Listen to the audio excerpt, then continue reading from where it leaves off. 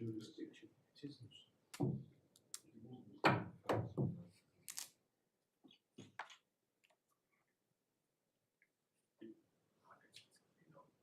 Let's do it. I think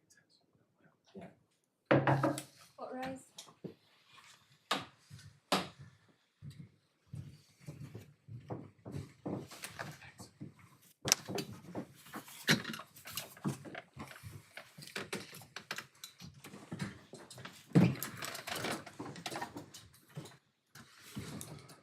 Appeal in the matter of Brealey and Shepherd and Company Solicitors. Mr. Cohen. My lords, I appear on behalf of the appellant in this matter, and my learned friend, Mr. Williams, leading Mr. Meehan, appears on behalf of the respondent. By way of housekeeping, before I go into the meat of my submissions, can I just confirm with the court that you have an appeal bundle with some 31 tabs and an authorities bundle with some 35 tabs? I can't claim to check the numbers of tabs, but I'm aware of having the two bundles, and we're not, I think, aware of missing anything. And I should say we have looked pretty carefully both at the skeletons and at the judgments, and indeed quite a lot of other things. I'm very grateful for that information, my lord. What I propose to do by way of starting is orientate myself in the appeal bundle, and I will take the court relatively quickly to the material documentation so far as the appeal is concerned.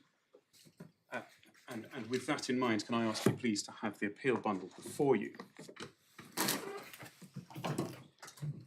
Behind tab 28, you will find Mrs. Brealey's will, and at page 432,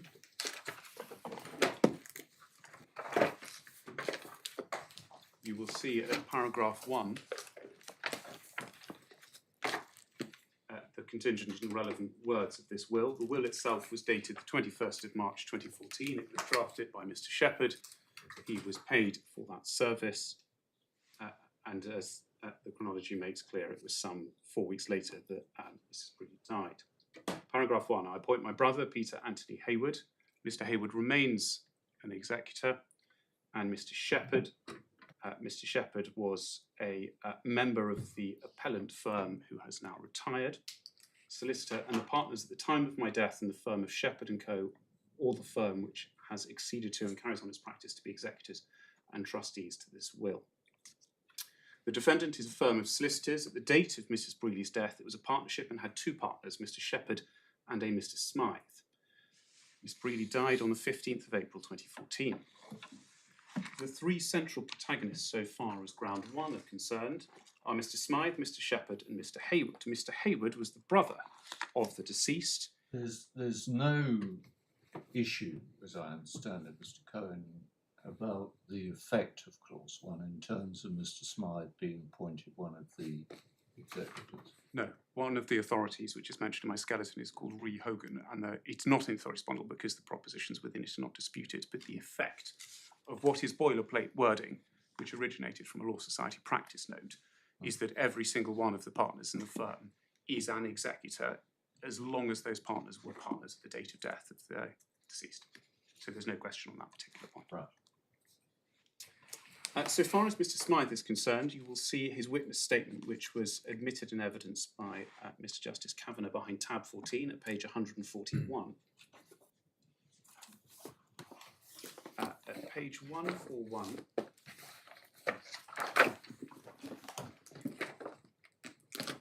Mr. Smythe, who again, for the purposes of the chronology, retired 3 months after Mrs. Brealey's death. He retired in July 2014. Mrs. Brealey having died on the 15th of April 2014. And in his witness statement at page 141, he confirms in paragraph 1 that no notice was given, nor was he aware of the will or of his appointment. Or at paragraph 1b, the power had been reserved in the branch of probate. Paragraph 2, he confirms that he has never intermeddled, nor has he done any deed or action to accept the office of executorship. And over at paragraph 3, he formally disclaims and renounces insofar as he had any office or responsibility arising from the terms of the will. Part of the reason why this statement was admitted by Mr. Justice Cavanagh is that bluntly, nothing within it is remotely contentious. It's not an issue as to the fact that Mr. Smythe was blissfully unaware of the nomination as executor. So far as Mr. Shepherd is concerned, his role in the administration of the deceased estate is perhaps best summarised in the judgment itself. And in that regard, I'm going to ask you please to go to tab 8 and to turn to page 106.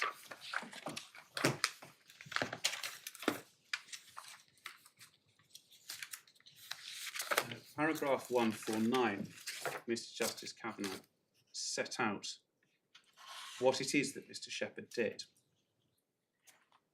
And that particular narrative starts at the third sentence. It is clear that a very great deal of work was done in relation to this estate in circumstances in which the claimant made the task of the executors more difficult than it should have been. Additional work was required because the claimant refused to give up possession of Park House, which was the principal asset within the deceased estate, and steps had to be taken to recover a loan of £40,000 that had been made by Mrs. Brealey to the claimant. And the claimant complained to the defendant about the defendant firm's conduct of administration to the legal ombudsman. 17 separate complaints were made and 15 were dismissed, and the 2 that were upheld were all about responding to emails timorously. For these purposes, I don't intend to take you to the legal ombudsman report, but it's there at tab 30 should you so wish to see it. Mr. Shepherd acted with complete propriety and competence throughout. There's nothing underhand or improper about his actions, and Mr. Hayward and the beneficiaries, including the claimant, were aware at all material times that he was acting as executor and charging for it. If there had been no professional executor, the demands upon Mr. Hayward as sole executor would have been very great indeed, especially given the family dynamic. Mr. Shepherd retired from the defendant firm in 2018. He billed a total of £75,000, £759 plus VAT for his time spent in the estate. Just repeat that figure, that's £75,759 for his time. Even though you're repeating it, I wasn't keeping up. So 75,000. £75,759 plus VAT.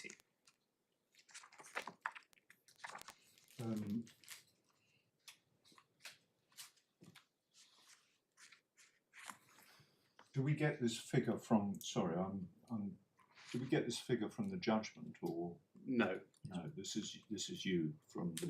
This is me making that particular point. I don't understand it to be contested because it's there in the estate accounts. I mean, speaking myself, I'm not really looked at the bills as such, but and if you want to postpone this to a convenient point this morning, do so. But I'm a bit puzzled as to precisely what's at issue in this appeal in terms of money, because I don't mean so much the quantification of it, but there's no issue, as I understand it, about the recoverability by the executors of what they spent in getting your clients to, for example, deal with the possession of the house or the recovery of the loan and things like that. No, nobody's suggesting there's anything wrong with that, because all that work, as I understand it, was done by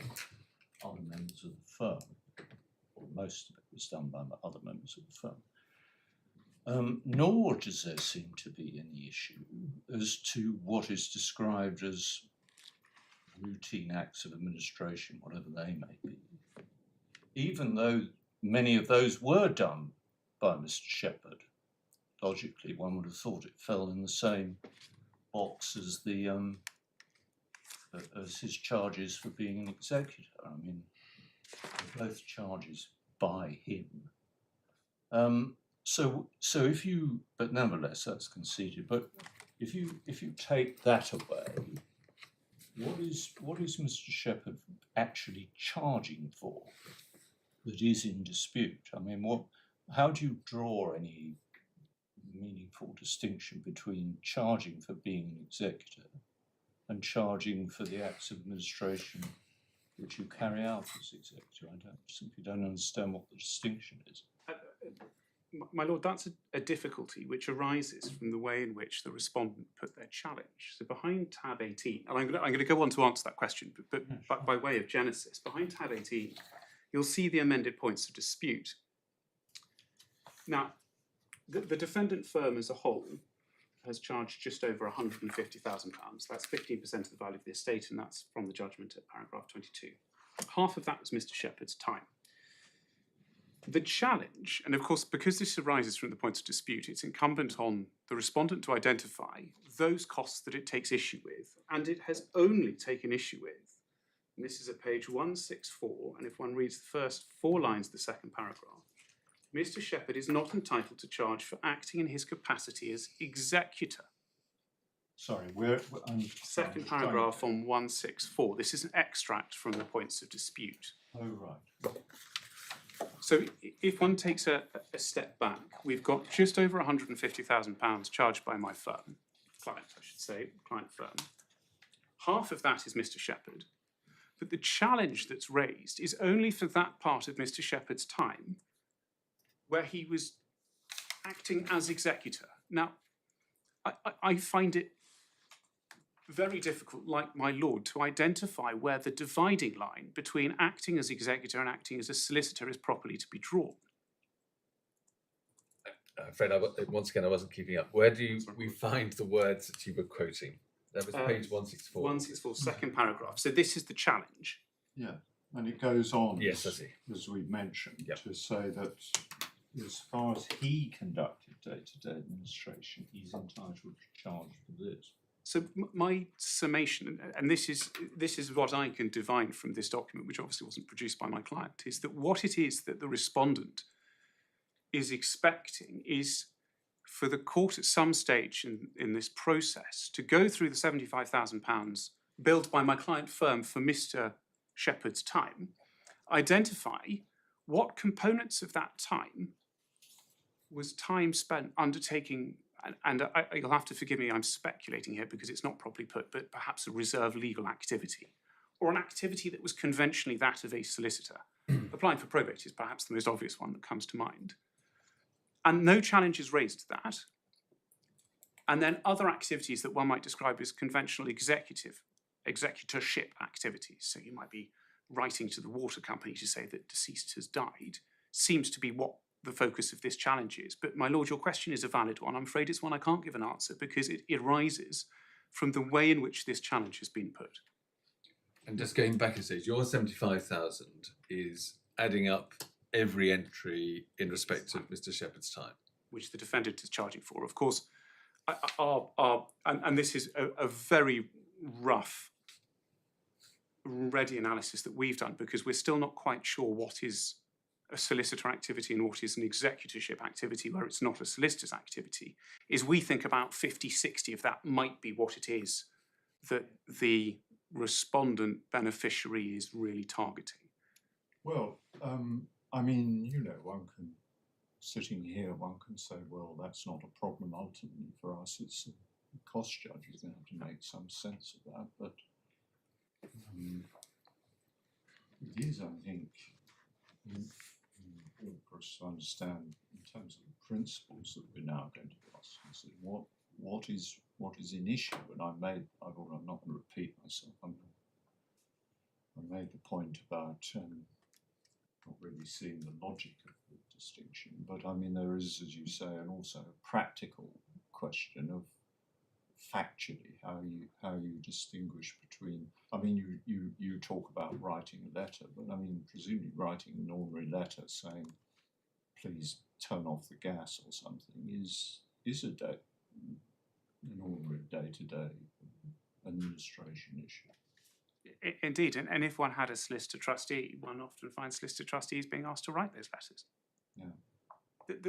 If one wanted to find logic within the position that respondents put, the respondent should either be saying the defendant firm can recover nothing because section 29 was not satisfied because Mr. Smythe did not sign. That has got logical coherence to it. The way that the respondent's gone about this by challenging a part of one member of the defendant's firm costs just asks and begs the question, well, if you're not challenging the defendant's charges for other members, or you're not challenging the defendant's charges for Mr. Shepherd's time spent acting as a solicitor, on what basis is my client able to recover them? And the only basis my client is able to recover it is either section 29 or the inherent jurisdiction of this court. Well, as I said to you, I mean, if for example, I don't know what factually the position is, but I mean, clearly, if Mr. Shepherd and Mr. Hayward Mr. Hayward. had instructed your firm to act, say, in the possession proceedings, but Mr. Shepherd himself wasn't a solicitor who actually dealt with that. That's one removed, so you don't have that problem. You do, I think, sort of potentially have a problem that it might be said that insofar as Mr. Shepherd derives some profit from the activities of his firm, it's tainted Well, by the sort of trustee principle that's in play here, but that's a slightly different issue. Indeed, I'll come to that when I deal with Lewin, because Lewin makes an important distinction about a firm charging rather than the individual. But to go back to your initial premise, my lord, first Mr. Shepherd did act in the litigation so far as Park House is concerned. He did. The only reason we have separate retainers for the loan matter and for the litigation matter is because the principal retainer has a value-added element, which is very common in non-contentious business, whereby part of the charges are referable to the amount of the estate.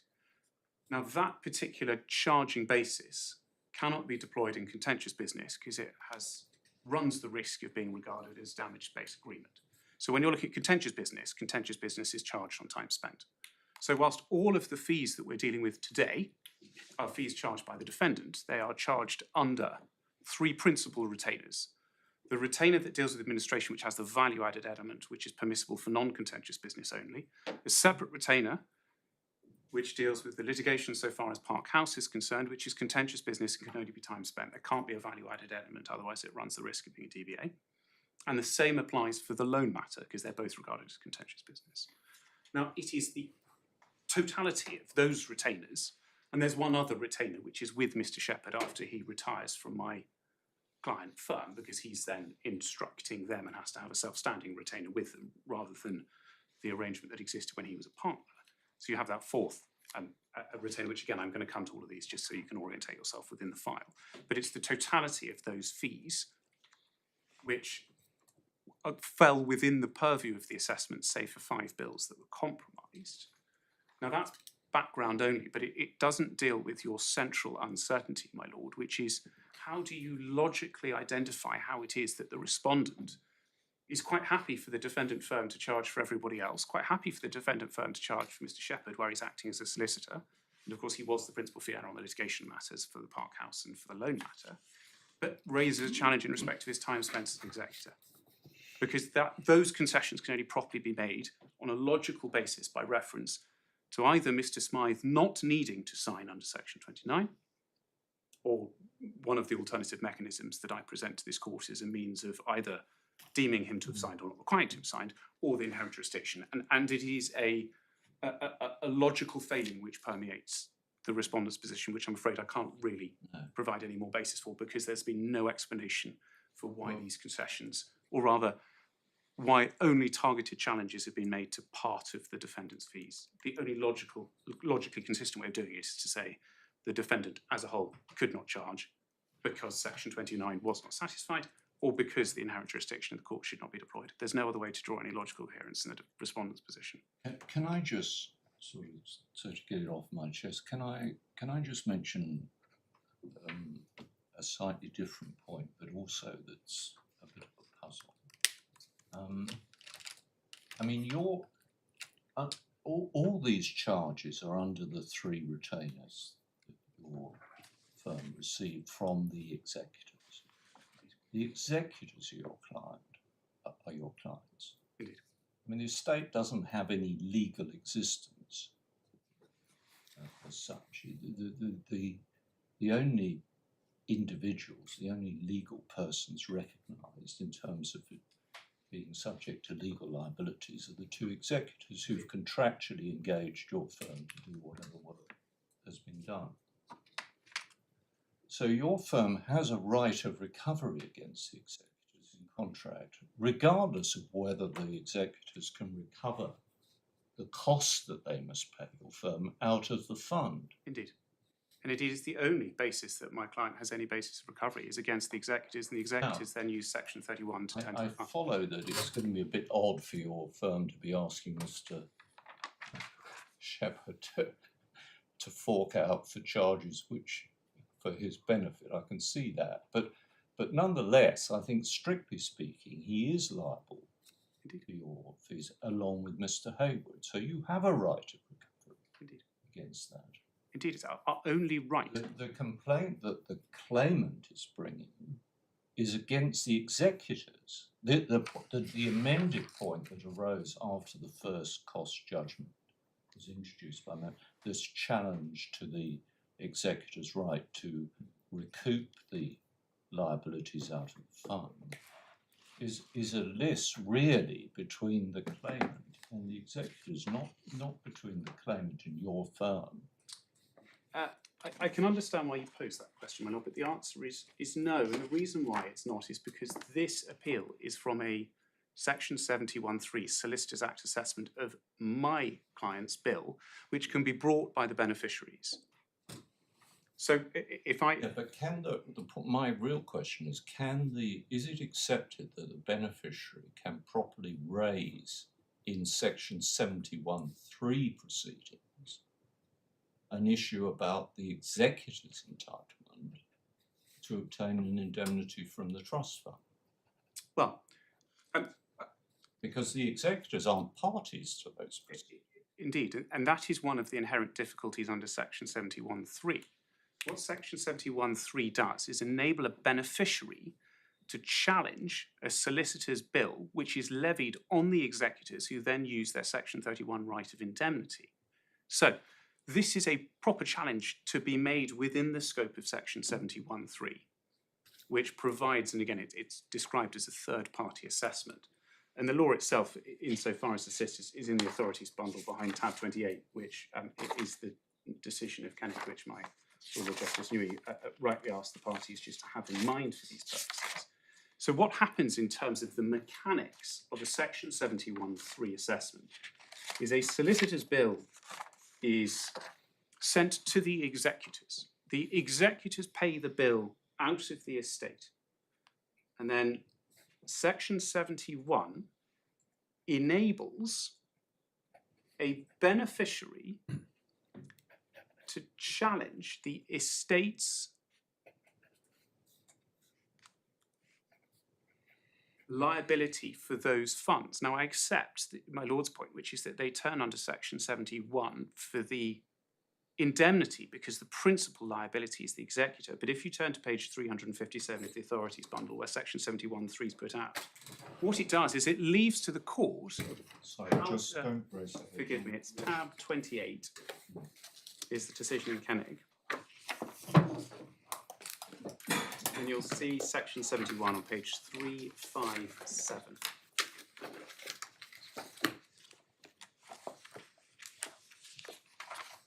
Yeah. So 71(1) creates a form of legal fiction whereby the beneficiary is able to have the bill assessed as if he were the party chargeable. So the beneficiary can have my client's bill assessed as if he were the executors. That's 71(1).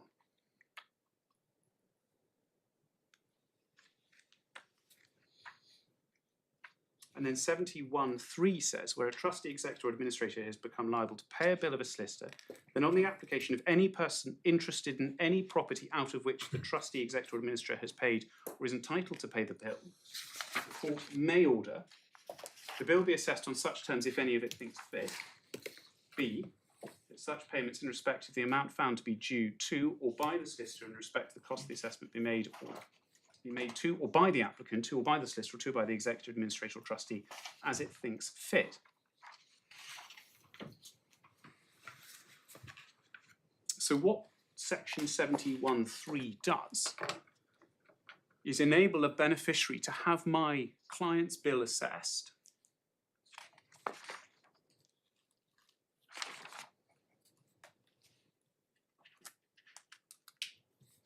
and the impacts of this particular decision, Cavanagh and Thompson Snell, pass Passmore is that the beneficiary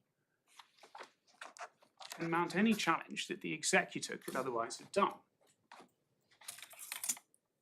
And what the statute provides, and the statute, in a sense, doesn't provide much to hang our proverbial hat on, but in section 71(3)(b), it says, as the court thinks fit, it can direct payments to or from. Now, properly speaking,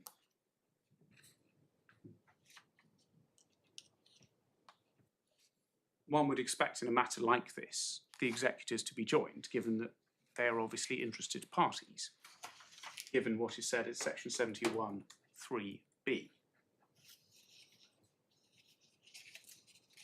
And again, part of the reason why they're not is because Master Rowley in June 2021 determined that Tim Martin applied to this assessment, which massively reduces the scope of the challenges that the beneficiaries can properly raise. But if we just look, Mr. Cohen, for a moment at 71(3),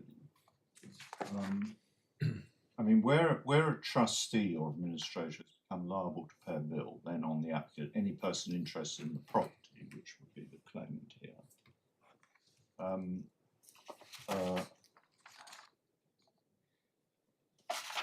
the court may order it, as you say, it can be assessed, or that such payments be made, etc., etc., if it thinks fit. But if we just start with the first bit of 3, if it's been paid, then obviously I follow that the court can decide whether, presumably, any part of it should be returned. If it, for example, hadn't paid, where it says or is entitled to pay the bill, isn't there a prior question there of whether or not the executor in question would be entitled to pay the bill out of the trust fund? Because if as in this case, if the right answer in this case is he's not, then section 71(3) doesn't come into play, does it? No, in those circumstances, one would call for an account and present the challenge one suspects based on section 31 of the Trustees Act, which you'll see at page 31. Yeah, no, I follow. And that's expenses properly incurred. So what actually one has is and it's not hugely helpful, but different layers of protection so far as a beneficiary is concerned. Well, I don't want to spend more time because we've got lots of issues, but I see what you're saying. I mean, it just factually, in this case, all the bills have been paid. All of them have been paid. The only thing that remains, so far as the administration is concerned, is £60,000, which has yet to be distributed simply because the beneficiaries have not signed off the trust account. And the reason why they haven't signed off the trust account is because of this particular matter.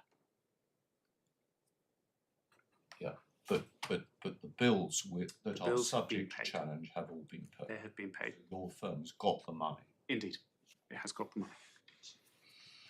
Yes. I grateful, my lord. The third protagonist is Mr. Hayward. Mr. Hayward, as we know, is the brother of the deceased. He is still executor. He still appoints the defendant firm to administer the estate, although, as I say, that administration has come to conclusion, save for the final distribution of £60,000 out of the estate of £1 million plus. If I can ask you to go back to the appeal bundle and turn up tab 8 again, which is the judgment below, and that helpfully summarises Mr. Hayward's position so far as the administration of the estate is concerned. Which paragraph? Paragraph 54 on page 84. 54 starts with Mr. Justice Cavanagh declining to admit Mr. Hayward's statement, which is not in the bundle for that reason.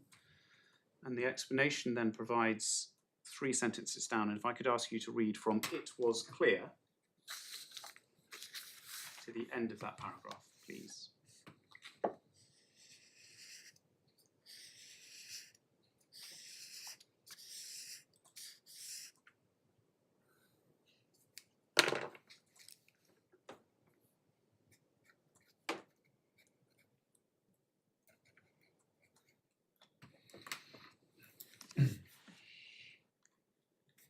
there are two judgments from Master Rowley in the bundle. The first of his judgment, which turns on the applicability of Tim Martin, is behind tab 24. If I could ask you to turn up tab 24 and then go to page 417, please.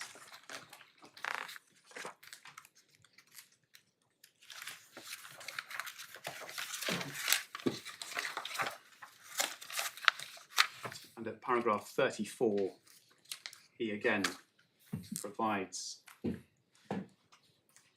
that Mr. Hayward undertook his role as a conscientious executor who would uphold his fiduciary duties to the estate and to the beneficiaries. My lords, at this stage I've taken you to the will and I've addressed the roles of the central protagonists. I'm now going to move on to the retainers and the administration of the estate itself. The retainers are behind tab 31. As I've mentioned, there are 4 retainers. The principal retainer, so far as the administration of the estate is concerned, is at page 475. I'm going to make submissions on this document partly to save time later, because my principal submissions is to the contractual effect of this document. Yeah, I'm sorry, I'm just writing. So where do you want to go now? Page 475, behind tab 31, my lord, you'll find the retainers with my client firm. Yeah. Yeah. So far as page 475 is concerned, the principal issue that you will need to address is whether, on its proper contractual effect, it entitles the defendant firm to charge for all of Mr. Shepherd's time spent,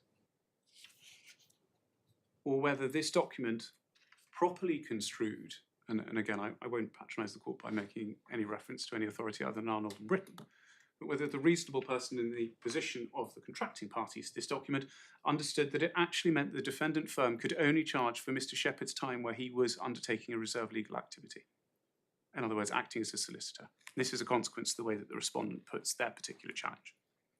So the question here is, contractually, can the defendant firm charge for Mr. Shepherd's time spent on this matter, or contractually, does it only allow the defendant firm to recover Mr. Shepherd's time where he's acting as a solicitor? And Mr. Justice Cavanagh said it was the latter. I say, with respect to Mr. Justice Cavanagh, that it's the former. The document is addressed to Mr. Hayward, top left, dated 30th of May. The words in bold are, your late sister's estate. Under responsibility, you will see, I will be responsible for the day-to-day control of the matter. That's reference to Mr. Shepherd as the managing partner who signed this document. From time to time, Mr. McClure may assist me with the file. Under supervision, it says, I, as managing partner of the firm, will supervise the file. In the final paragraph, under the heading, as to the time element, our firm's computerized time recording system records the time spent by fee earners on any particular matter. Each firm has an hourly charging rate which has been calculated in accordance with the Law Society's published guidelines. Then it goes on to say that his personal charging rate is £265 per hour. Over the page at 476, you'll see the value element, which is why you need different retainers for the litigious matters that then eventuated in the administration itself. I just mentioned that to the top of 476. 477, the nature of our work. 477 is the nature of the defendant's work. We have been engaged to apply for a grant of representation from the probate court. This will include the completion of the inheritance tax forms. Following the issue of the grant, we will attend to the administration of the estate and the distribution of the funds under the direction of the executors and the trustees. And I say, where it says, we will attend to the administration of the estate, that is exactly what an executor does. I mean, to be fair, it then says under the direction of the executors. Indeed. But I mean, the firm has to answer to someone, my lord, and those parties are the executor. So where one sees, for example, and I'm going to go to the bill, Mr. Shepherd spending time writing a letter to Southern Water saying that Mrs. Brealey has died, that is time that the firm is charging. I'm sorry, I'm behind pace on this. What turns on this point? I hadn't appreciated there was some issue as to what the retainer actually covered. So far as the first ground is concerned, there are 4 issues. Yeah. The first is, was Mr. Smythe required to sign? The second is, if, and this, the second is That's by a way. Trustee Act issue. Indeed, that's a Trustee Act issue. The second is a subsidiary point, which is, if he was required to sign, does the Partnership Act mean that I can rely on that as a signature? And or, if he was required to sign, does the renunciation mean that it has retrospective effect such that he doesn't? That's issue 2. Yeah. Issue 3 is, if either he wasn't required to sign, or was, but I can, by dint of these other mechanics, get round it. Issue 3 is, did this retainer enable the defendant firm to charge for Mr. Shepherd's time as executor? So you've got the question of whether his written agreement was required. If it was or wasn't, depending on the facts, the next question was what agreement was given? And this goes to this question. Meaning, what approval did Mr. Hayward give? Indeed. And what Mr. Justice Cavanagh concluded, looking at this document, and I'll come to the judgment, he said, well, because this document doesn't expressly state the defendant firm will charge for Mr. Shepherd's time as an executor, it should be understood as meaning the defendant firm could charge for Mr. Shepherd's time only where he's acting as a solicitor. And what I'm putting to this court, when we're looking at what was agreed, is that actually, if you look at Mr. Hayward and Mr. Shepherd, focusing on the Arnold Britton test, assume knowledge that they both know and understand, which is why I took you to those elements of what the court found so far as Mr. Shepherd and Mr. Hayward are concerned. Would the reasonable person fixed with that assumed knowledge conclude that the defendant firm could charge for Mr. Shepherd's time? Full stop. Rather than having to identify whether that time was a solicitor or as executor. That's what this point goes to, if I may. And just to finish off, you said there were 4 points, and is the 4th point that if you're wrong about that, because there's a signature on the bill of costs, then it's all right? Yeah, it's exactly that. Whether But if that's I'm the wrong fifth. about the construction on this, can I use Yeah. the bill of costs as a form of permission under section 7029, notwithstanding that it postdates the services themselves for which I'm seeking charges. At the bottom of 477, you'll see a reference to the letter. It's further explained by the leaflet terms and conditions of business. That's the bottom of 477. You've got Mr. Hayward's signature at the bottom. You've got Mr. Shepherd's signature in that page at 477. So is this the genesis of this point that I raised with you much earlier on about what is factually the difference between being an executor and administering the estate as an executor? Indeed. My strong suspicion is that the respondent, when they conceded the defendant firm could charge Mr. Shepherd's time as a solicitor, had not alighted or did not think about the point about Mr. Smythe. And so I think that point, when they raise it, I just do not think they had alighted on the Mr. Smythe point. So they conceded, I think, taking this retainer and looking at it in isolation, taking it as a vacuum and not addressing the section 29 point. But I mean, that is pure speculation on my part, but it's the only way of identifying how it is they've taken the position that they have. But that particular point, my lord, that you quite rightly raise, is entirely a function of the proper construction of this agreement. They say this agreement permits defendant firm to charge Mr. Shepherd acting as solicitor, not as executor. At the bottom of 477, you see reference to the terms of business. Those terms of business are at 487. I'm going to ask you to move forward past the other retainers, which I'll come back to if I may.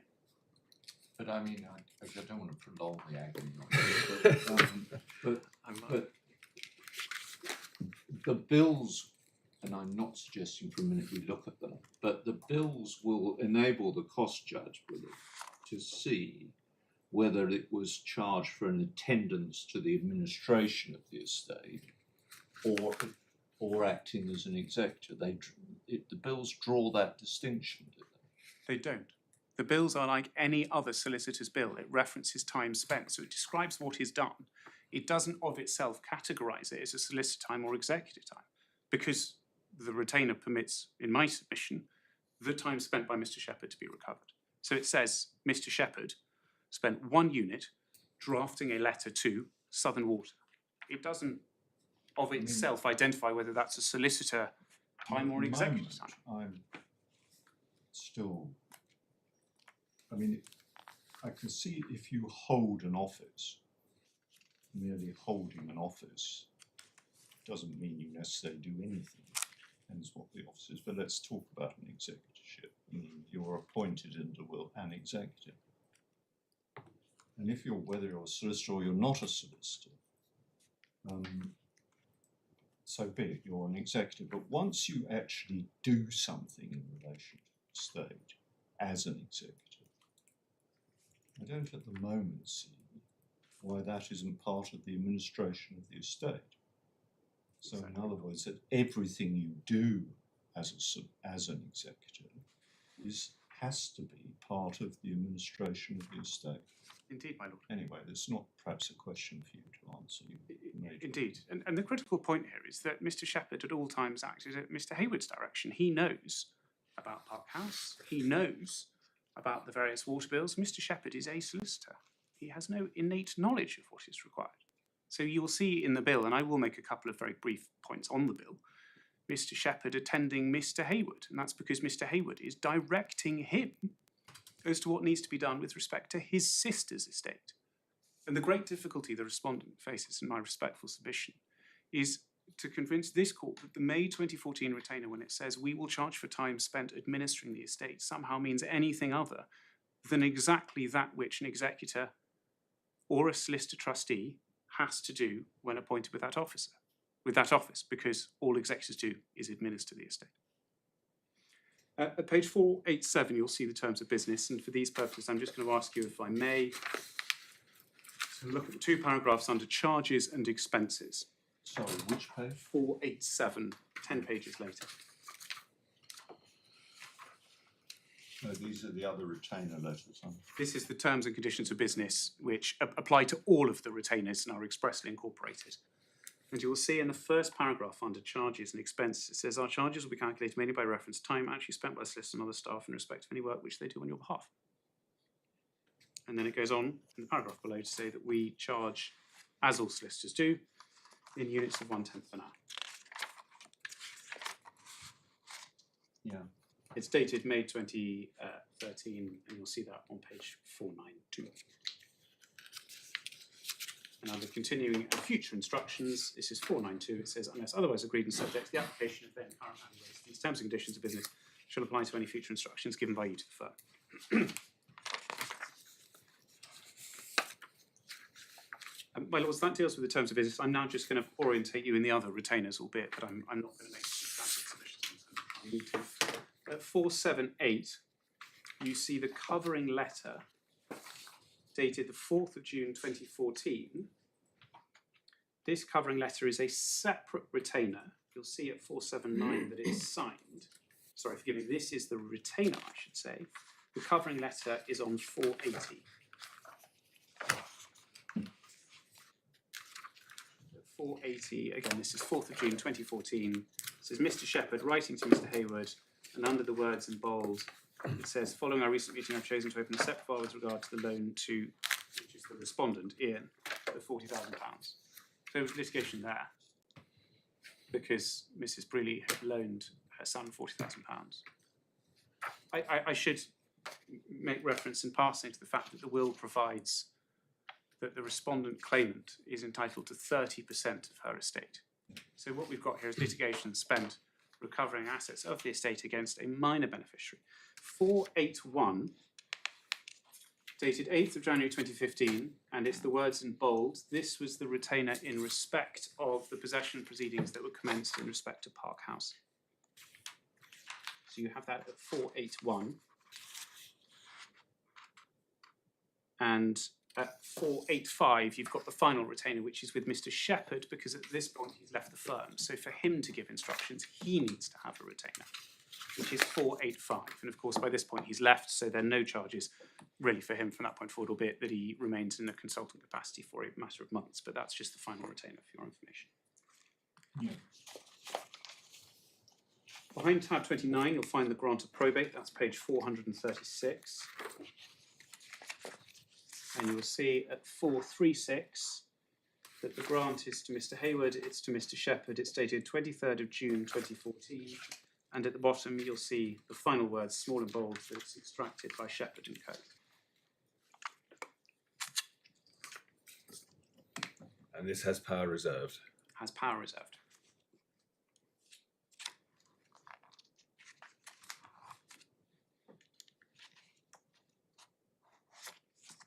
I'll simply make the simple submission that it's certainly my submission. I don't think that's relevant. Mr. Cavanagh says it doesn't count for anything so far as in-house is concerned. It is simply an automatic power reserve function that is there in probate. If I can now bring you back to the judgment for the rest of the narrative and ask you please to turn to page 77 of the appeal bundle.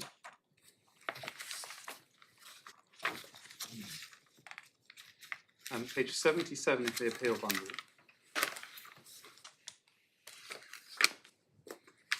Can I please ask you to read paragraphs 22 to 25 for the background as to what then took place over the course of the administration? I'm sorry, Mr. Conan, it's tiresome. I'm just trying to take, where are we going now? My lord, not at all. Page 77. Yeah. And this is the judgment of Mr. Justice Cavanagh, page 77. And if I could just ask you to read paragraphs 22 to 25, which is all the information I think the court needs so far as the administration is actually concerned.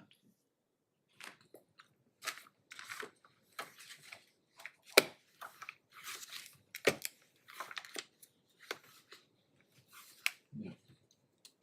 And again, you'll see at the bottom of 22, there's reference to £153,000. That's inclusive of VAT, it's defendant's charges. 75 plus VAT is, as I mentioned, those of Mr. Shepherd, but it's not immediately identifiable how much of that was a reserve legal activity, inverted commas, I say no more. What then eventuated is that the claimant respondent, and again, I'm not going to labour the difficulty of the administration because I think that comes from the judgment, that there is certainly in circumstances where the work was difficult, it was approved by the other executor, all the beneficiaries knew about it, and it involved a number of litigious matters against a minor beneficiary. There is a reason why Mr. Justice Cavanagh said it feels very unfair that the defendant firm can't recover for Mr. Shepherd's time as executor, because in fact it was that very individual that made this administration, as difficult as it was, that then started the Solicitors Act proceedings that have ultimately culminated in this appeal. And we see the claim form behind tab 19 at page 168.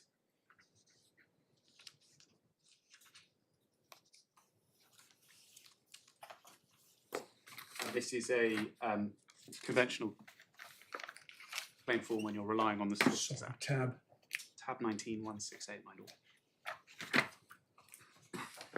Yeah. And you'll see at paragraph 1, it erroneously refers to 71.1. That should be 71.3, but I think that's, I don't make any particular point on that, but more importantly, it sets out 91 bills under paragraph 1. What then took place in just, again, in the context of chronology, is the 14th of October 2019. So the administration started in 2014, we're 5 years later, 14th of October 2019, when it's all been done, the claimant starts this assessment. So far as the evolution of the assessment is concerned, behind tab 25 at page 419 is a consent order which is in relatively formulaic terms for a Solicitors Act assessment. What it provides at 419, paragraph 5 is a detailed assessment must be made of the bills identifying the amended claim and delivered by the defendant per CPR 46.10. 5A provides that the defendant must serve a breakdown of costs within 90 days. 5B is points of dispute. D is reply, and then C is a hearing.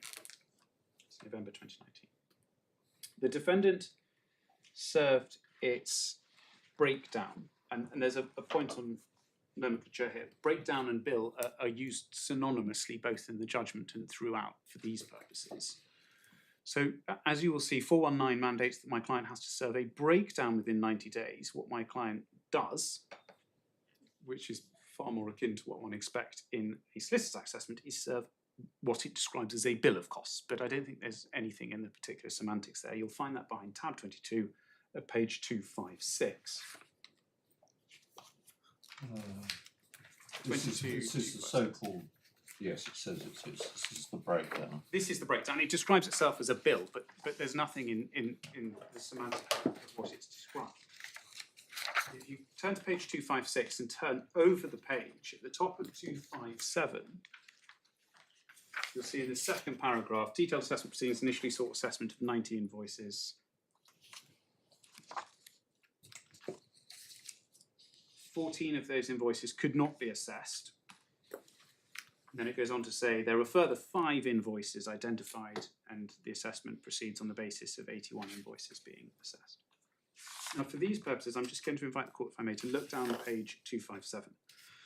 You see there, in words, part 1, invoice number 550. Invoice number 550, and please keep a finger, if I may, in 257 and just ask you to flick to 171. Behind tab 20 at 171, you've got all of the invoices that are an issue. And you'll see all I need to do here is just at 171, just point out the invoice number 550. So what the bill does, and I use bill and breakdown synonymously, is it takes each one of the invoices behind tab 20 and provides a detailed breakdown of every constituent unit of time. So at 171 we see invoice 550 in the sum of 5799. If we turn back to page 257, we see invoice number 550. It sets out the rates of the fee earners. On 258, it then sets out time spent on individuals. This is exactly what, and I'm sure the court's familiar, this is what bill of costs do. It's time spent on Mr. Ian Brealey, so that's the claimant respondent. You've got Mrs. Julia Brealey, who is then his wife. You've got Mr. Tony Hayward, who's the other executor. And again, it refers to who's doing what, on what date, and what time. At the bottom of page 258, you see Barclays Bank. And over the page at 259, you've got state pensions, you've got Nationwide, you've got NatWest, you've got Eon. All of these units of time. And if I can ask you to now turn to 261, you then have the work done on documents. Again, this is how bills are conventionally broken down. It's time spent on individuals, time spent on third parties, then time spent on documents, 261. Everything is broken down into 6-minute units. And this is 261. If one just flicks forward to 263, you see this continually going on. I'm just trying to, oh yes, sorry, it's only I haven't turned the page far enough. So that 55550 goes on to page 264. Exactly that. And on 264, you see invoice number 5601, which is the invoice behind 550 on page 172. And then it does exactly the same in respect of each one of these invoices. Now, the reason why I'm making this slightly laborious point is going to be obvious to the court, which is that if I do have to go to my fallback position, which is the approval of the breakdown, what I say is this breakdown sets out every single unit of time and exactly that which is done. So when one goes on to see the signatures, which I'll take us to now, what I say is properly understood, those signatures by Mr. Hayward and of course by Mr. Shepherd, because by this point he's left the defendant firm, are expressly agreeing to the defendant firm charging every single unit of its time. Because every unit is set out here, the person, what they did, and who they were attending at the point in time. And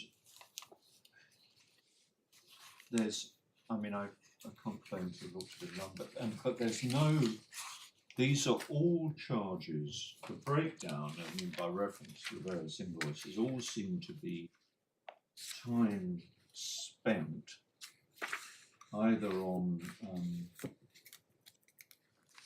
doing something like sending a letter or something, or discussing the administration.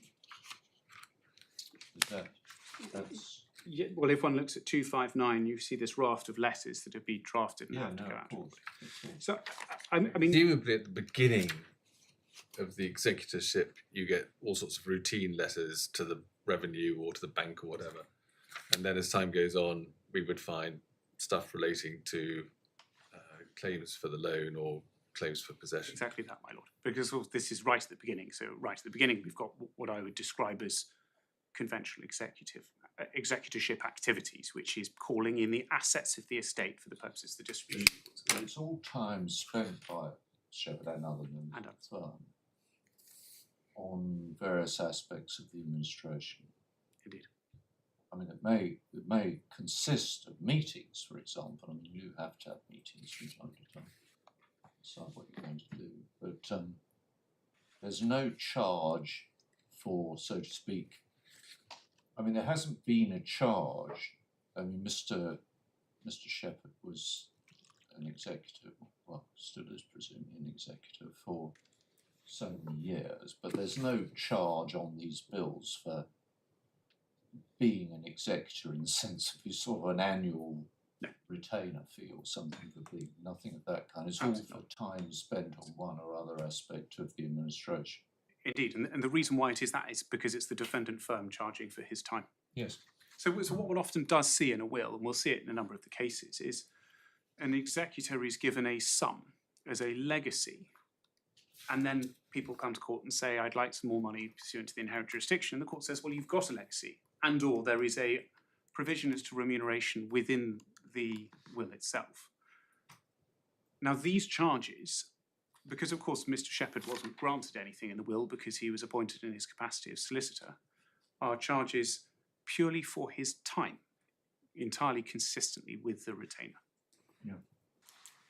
The signatures which form my reserve argument you'll find behind tab 23. And rather than just duplicating the bill a number of times, these signatures appear on the face of the bill, that they're two identical bills, each one signed by each. And if one looks at 408, it says, I, Robin Peter Shepherd, and he's removed his address, and the executor of the late Anne Brealey hereby approve the bill of costs produced by Shepherd Co. And I just want to draw this court's attention to the fact that he's expressly signing, as executor, he's expressly approving the bill that sets out every unit of the defendant time, and he has signed it. And I don't want to waste time because we're getting short of it, but why does Mr. Shepherd's signature matter? I don't quite follow, because the question is, can his work be charged for? And that depends on whether that's been approved by the other executors. Because section 29 provides that you need to have the agreement in writing of each other trustee. And of course, Yes. by this stage, he's no longer part of the defendant firm. But why does that matter? Because if what is at issue is whether his time can be charged, you have to look at whether it's been approved by the other executors, not by him. Well, my lord, I take that point, and it might be that it may not actually sound in the analysis, but because section 2019, well, I suppose because section 29 rather talks about each other trustee, the more pertinent signatures at 409. I accept that point, my lord. I was using that as part of the narrative, but I agree it's each other trustee. Part of the reason why I think Mr. Shepherd was invited to sign this, of course, is because it's the defendant firm that's charging, and there's a certain danger in eliding Mr. Shepherd and the defendant firm, given that it's the defendant firm that's seeking recompense for his time. Just so I know, there seem to be 3 signatures on this bill. I mean, is Mr. Hayward the top of the 3 one, the way somebody's put a little arrow? My understanding is Mr. Shepherd is the long signature, but because he Oh, I'm sorry, I meant removes his Mr. address, he initials it to represent his amendment. Okay, so Mr. Hayward is one or other of the other 2. Mr. Hayward's at 409. Yeah, that's what I'm looking at. Oh, I'm sorry, forgive me. Yes, Mr. Hayward is the long squiggly one signed there. And because it looks like he's writing in an extra middle name between Peter and Hayward. And so what I can say, I think, is all the manuscript amendments of 409 and Mr. Hayward's. Yeah, no, I understand. Okay. But nothing from Mr. Smythe. Nothing from Mr. Smythe, who is the silent one on whom it gets around. Points of dispute were served on the 2nd of June 2020. Again, this is just moving through the chronology, and then I'll come to the law. Points of dispute on the 2nd of June 2020, replies on the 30th of June 2020. Now, the points of dispute raised numerous what I describe as quantum challenges. And it's Where for are they in the bundle? They're not for these purposes, because this is background, my lord, if I may. I'll come Okay, to the yeah. documents if I can. What one has is you have first set of points of dispute, replies, and then Master Rowley, when the matter was set down for detailed assessment, wrote an email to the parties saying, have you thought about Tim Martin? And it's the applicability of Tim Martin that gives rise to Costs Judge Rowley's first judgment that you'll find behind tab 24 at page 410. This is dated May 2021. Sorry, the hearing was May 2021, the judgment's June 2021. And again, I think for these purposes, what the court needs to know is in June 2021, he held that Tim Martin applied. Now, we know that's no longer good law, given the decision of Koenig, but for these purposes, my learned friends and I agree that Koenig is of minor relevance, if anything at all. I don't think I take it further than that. But what Costs Judge Rowley did was say, Tim Martin applies, please recast the points of dispute, because the points of dispute had numerous quantum challenges that were not proper challenges. So he tells the parties, or rather tells the respondent, to recast their points of dispute. And it's the revised points of dispute which gave rise to the issue in this appeal, and it's the revised points of dispute that one has behind tab 18. So the original points took numerous quantum challenges. Costs Judge Rowley says they're not permissible. And then an amended points of dispute which puts forward the more limited challenges Tim Martin applies, is then put forward. The only relevant point that's relevant to this appeal is behind tab 18, and that's the document I've already taken you to. That gives rise to Master Rowley's judgment, which is behind tab 17. And if one turns to that judgment at tab 17, and I'm not inclined to go into Costs Judge Rowley's reasoning to a great degree, because I'm not sure how far it helps us, but it's behind tab 17. And if one goes to page 157, although this is the original judgment, is effectively Mr. Justice Cavanagh upheld. Indeed. So on the root flat, and this is to the extent that things become an exercise of discretion. This is the judgment. Indeed. That matters. Yeah. Exactly right, Nigel. Yeah. Paragraph 1 is background. He refers to his earlier judgment. Paragraph 2, which is. I do just wonder, I'm conscious that you've got an hour and 25 minutes before lunch. I wonder whether we do need to be taken through the judgment, or whether you should reserve your comments for the points where they matter. My lord, I entirely agree. I just think for these purposes, all I'm saying is paragraph 2, he deals with all the general points of dispute. There are a couple of minor items left outstanding, and those remain outstanding. The only reason I mention that is because if you're with me on the inherent jurisdiction point, when we're looking at the quantum that's to be awarded by pursuant to the inherent jurisdiction, what I'm inviting this court to do, which is what a number of the cases do, is to remit it back to the master, because it's going to come back before him anyway. So if he's going to make an evaluative judgment as to, of Mr. Shepherd's time spent as executor, how much should be recovered, I'm going to invite you to remit it back to Master Rowley, because he's seized of this assessment, because there are a number of points outstanding. So that's the only reason I make mention of I paragraph. mean, it's going back to him as things stand. Indeed. On the basis of his having to make this determination of which chargeable elements relate to executorship and are disallowable. Indeed, but because his decision was a binary one, in the sense that he said no, you can't recover this £50,000, and because it was based on the Tim Martin approach, it'll go back, but that'll be relatively routine. It's a matter of simply saying, right, you can have that £50,000. It's going back to him actually because there were a couple of quantum points that were still outstanding. Yeah, okay. I'm just very briefly going to go to the judgment, and then I'll move into the case law, because I am. If you go behind tab 8, and please turn to page 79. Page 90. Paragraph 79 on page 90.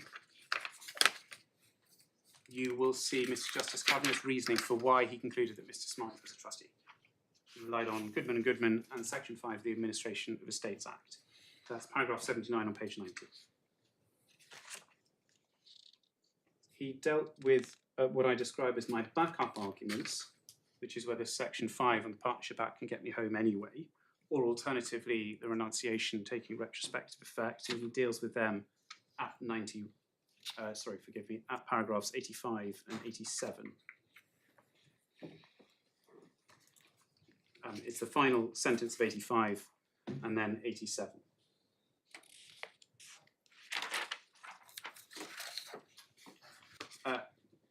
Under the bold heading at the top of 92, he deals with the subsequent issues, which is, you'll see at 89, he says, notwithstanding my point about Mr. Smythe, I'll deal with the others and I'll deal with them briefly. And you'll see at paragraph 90, I make reference to the principal retainer of May 2014, and I say the approve of the breakdown. At paragraph 91, he rejects the May 2019, and his reasoning is in the second sentence and third sentence. says Mr. Hayward expressly approved the charge at rates to Mr. Shepherd. He did not expressly approve payment to Mr. Shepherd's work done as capacity executor. The principal retained did not say Mr. Shepherd would be charging for his work as executor. And again, I'm going to, in a sense, bring my submissions full circle at this stage and say I don't really intend to say anything more about the May 2014 retainer because the exercise is one of contractual interpretation. You'll see how Mr. Justice Cavanagh came to, which I say was an error of approach. It's not a matter of looking for what it did not say. It is a matter of understanding what it did say. It then goes on to say, as for Mr. Hayward's signature to indicate approval of the breakdown of costs, this was done for the purposes of the proceedings herein. Mr. Hayward signed the breakdown sometime after 2019, well, if not over the costs being incurred. In my judgment, this cannot be effective with retrospective approval of the costs incurred Mr. Shepherd's work in the capacity of executor. It goes on to say, I have grave doubts about whether approval for the purpose of section 29 can be given retrospectively. And my lords, for these purposes, I'm not going to make any substantive submissions on issue 3, which is what does the retainer mean, because I've taken you through the retainer and I simply leave it to your good judgment as to what that retainer means. So far as the approval on the bill is concerned, I'm going to make very short points on the retrospective element, which caused Mr. Justice Cavanagh concern, but they'll come in due course, but they're very short. My principal submissions for the next 20 minutes are going to deal with the core issue of whether Mr. Smythe should properly be understood as a trustee for the purposes of section 29, and then I'll spend the final hour on the inherent jurisdiction. Again, I've taken you to the relevant parts of the judgment where the judge expresses his sympathy and it describes the narrative of the administration, so I don't think I need to take you to any particularly substantive points on that. And just so I'm clear on the way they fit together, your 4 separate points under round 1. If you're wrong about section 29, then what the retainer says doesn't matter. My backup, if I'm wrong on section 29, so Mr. Smythe was a trustee, Yeah. my backup argument on which I'm going to ask you to make a decision is whether section 5 of the Partnership Act gets me home, Okay. or whether his renunciation has retrospective effects. I understand all of that, but If I don't I get- was lumping those together. No, I understand. Forgive me, my lord.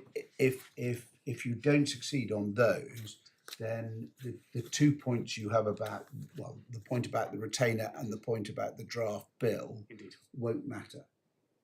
They don't get you home if you're not home already. If Mr. Smythe's signature was required, Yeah. and I can't get round that, Yeah. then Mr. Smythe did not sign the retainer and did not approve the bill of costs. Yeah. Okay. So it's exactly that. I'm going to focus on issue 1, which is Mr. Smythe, a trustee, for the next 20 minutes. In that regard, I'm going to ask you to move to the authorities bundle, please. And I'm going to start with the position before section 29, and I'll make very brief submissions on that. You'll find the relevant extracts from Lewin behind tab 33. And please can I ask you to go to tab 33 of the authorities bundle and turn to page 416.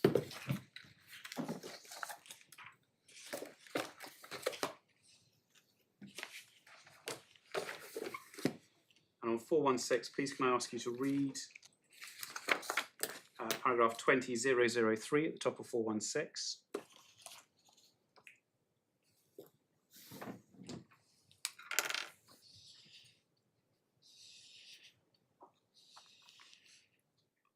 And the first 4 lines at 20004.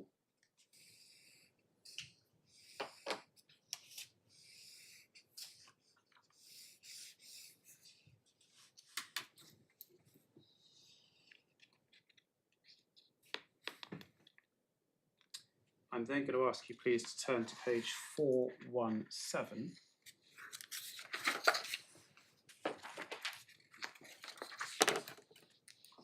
Sorry, forgive me, 418. And it's 20013, paragraph 20013 at 418.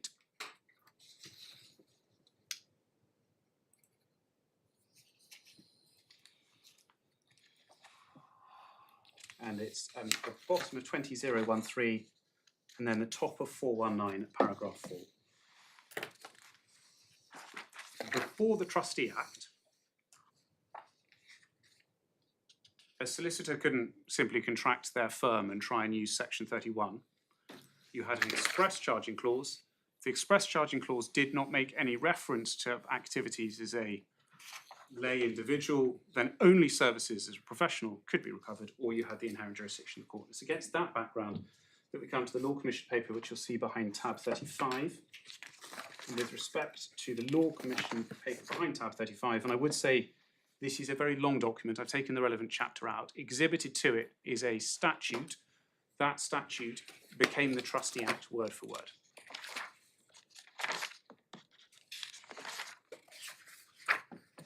Behind tab 35, please can I ask you to read 7.6 on 469.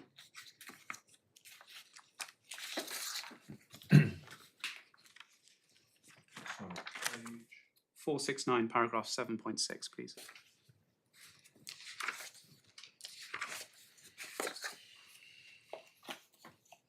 And it's particularly that first sentence, which in my submission deals with the vast majority of the respondent's opposition to section 29. What we guard against in equity is secret remuneration. That is what we are concerned with.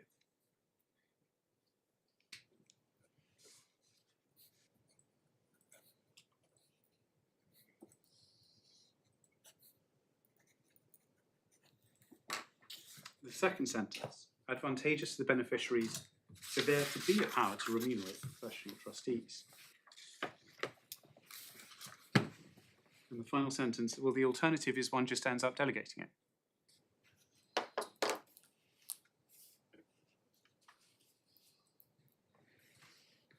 And you'll see in footnote 10 there's a reference to the Duke of Norfolk Settlements Trust.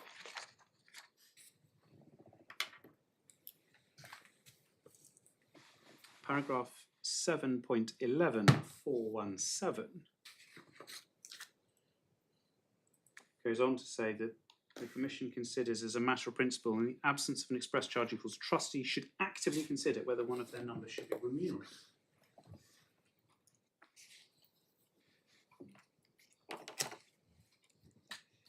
Before permitting any trustee to charge for services, a trustee would have to consider whether it be advantage to the trust.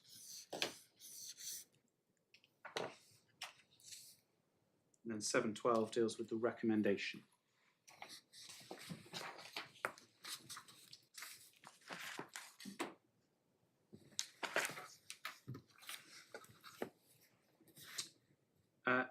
On 472 under scope is the discussion about limiting it to professional trustees.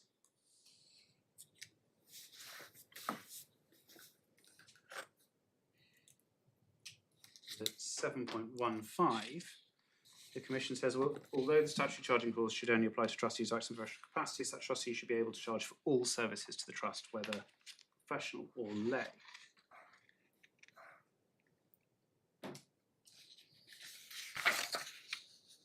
And at the bottom of 472, however, as we noted in the consultation paper, there is little justification for allowing trustees to employ and pay an agent to perform functions, while prohibiting the remuneration of a professional trustee for carrying out the same work. Indeed, to do so may simply act as a further disincentive for professional trustees to act. So again, the principal concern of the Commission is about disincentives for professional trustees to act.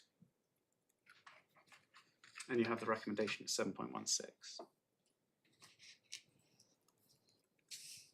On 474, you get 7.18, which deals with section 28.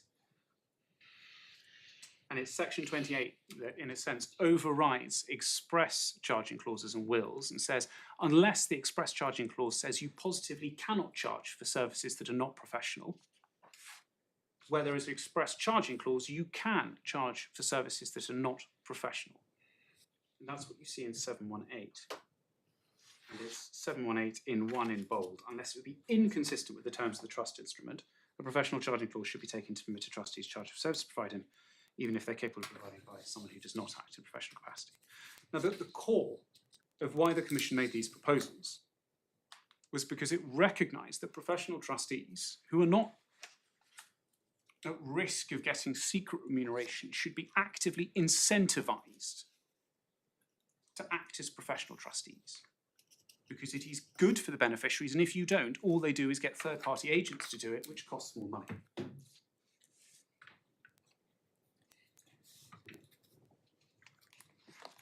And that provides context to section 29 itself, which we see behind tab 29. If I can ask you to start at page 375. And if you look at the bottom of section 28.5 is the definition of a professional trustee. This is limited to professional trustees, which is a very important fetter on any misuse. 28.5. Acts in a course of professional business which consists of and includes the provision of services in connection with the management or administration of trusts generally, or a particular kind of trust.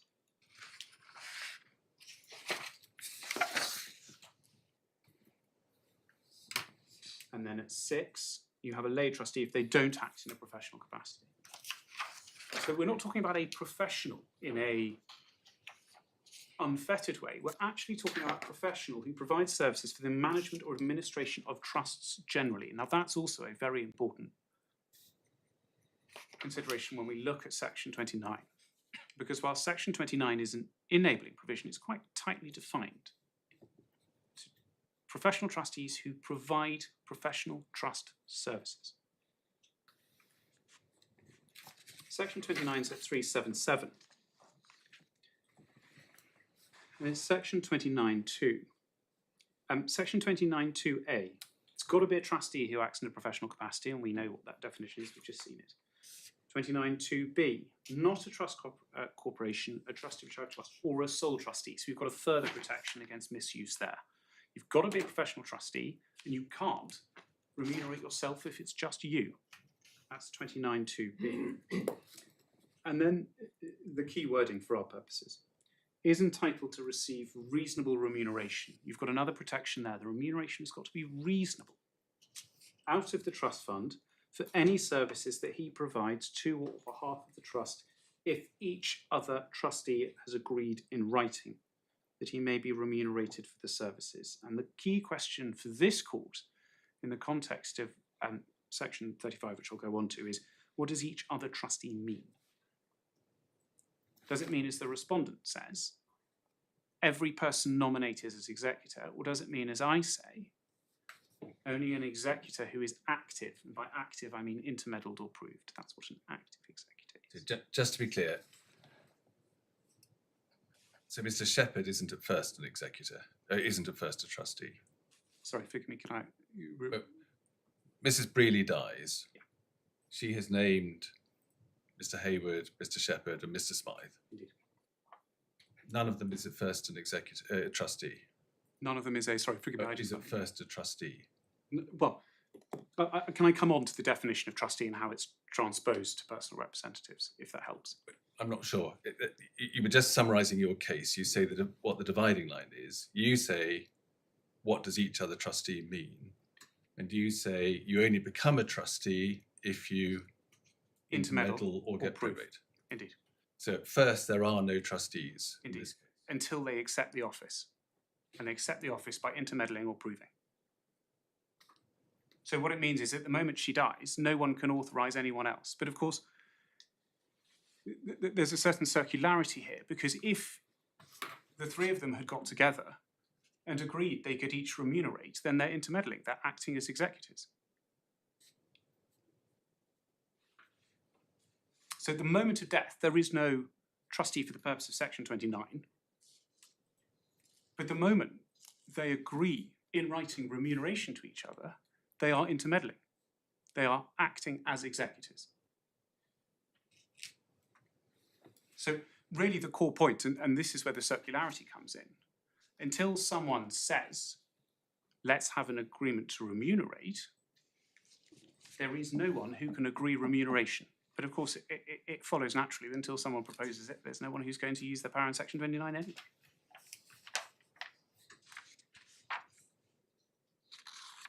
And this is where intermeddling becomes quite important. If you act as an executor, then you become a trustee for the purposes of this section. So just breaking it down chronologically, Mrs. Brealey dies. First, no one's a trustee for the purposes of this section. Then one of the three does something in relation to the estate. At that point, that one becomes a trustee. Indeed, because if they've intermeddled such that they can no longer renounce. Yes, I see. So at what point would Mr. Shepherd have become a trustee? Aside from the obvious point of taking out probate, the point at which he intermeddles into the estate, so he starts acting as executor. So even pre-probate, if he was starting to write letters to third parties representing himself as executor, then he would become a trustee, which is where the intermeddling point comes in. So that person A does something in relation to the estate such that he can no longer renounce. He becomes a trustee. Indeed. At that stage, he's a sole trustee. Indeed. So he can't do it on his own anyway. And he can't charge anything for that work. Then at some stage, somebody else does something, they become a trustee. Indeed. At that stage, they could authorise person A to be paid. Or person B. Or person B. Well, person A could authorise person B. Yes, and or B, A, in that sense, but yes. And just in terms of timing, we don't know, do we, when, in this case, each of the relevant individuals became a trustee on this basis? Well, at the very latest, it's going to be the date of the retainer. We know that, so the date of the retainer is the 30th of May. So Ms. Brealey dies on the 15th of April. The date of the retainer is 30th of May. And then Mr. Smythe retires from the partnership and leaves the firm in July 2014. So the very latest, 30th of May. My suspicion is it would no doubt have been earlier, but I don't have the facts at my fingertips if I can put it in there. So by that stage, you say Mr. Shepherd and Mr. Hayward had become trustees. Indeed, for the purpose of Section 29, because they'd lost the right to renounce. When you lose the right to renounce, and what it means, if the court accepts the propositions I'm putting to it, is the power to agree remuneration is coexistent with the responsibilities of being an executor, because I'm going to go on to various cases that provide that you're not liable as an executor until you've intermeddled or proved, in other words, lost the right to renounce. So what I'm putting forward to this court is to make the power to agree remuneration coexistent with the liability that comes with executorship.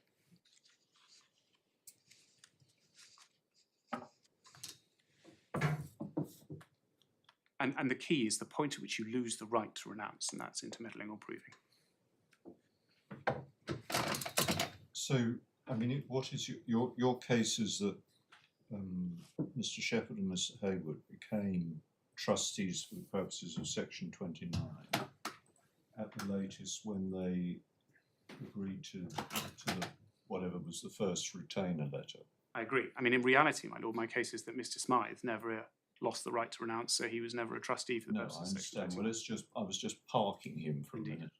But as far as the other two are concerned,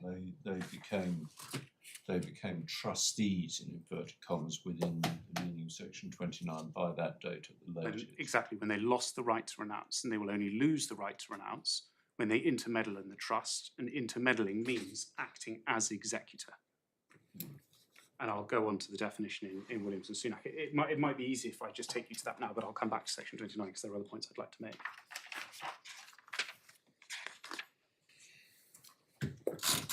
If you go to page 440 behind tab 34, you have 3 pages here which set out what constitutes intermeddling. In other words, the point that you lose the right to renounce. That's page 440. Yeah. And at the top of 634, though executors can elect whether to accept or refuse the executorship, they cease to be entitled to elect if they carry out acts which amount to administration. In such case, they're taken to have accepted the executorship. Court must then compel them to prove the will. They become responsible for taxes on death and tender penalties. The executor, after intermeddling in the affairs of the estate, attempts to renounce. That renunciation will be treated as invalid. And then you'll see on page 441, acts showing acceptance. And then over the page at 442, acts not showing acceptance. And the key point is, once you've accepted, you cannot renounce. And I say, if one looks at section 29.2, where it says each other trustee, what it means is an executor who has lost the right to renounce because they have taken it upon themselves to act.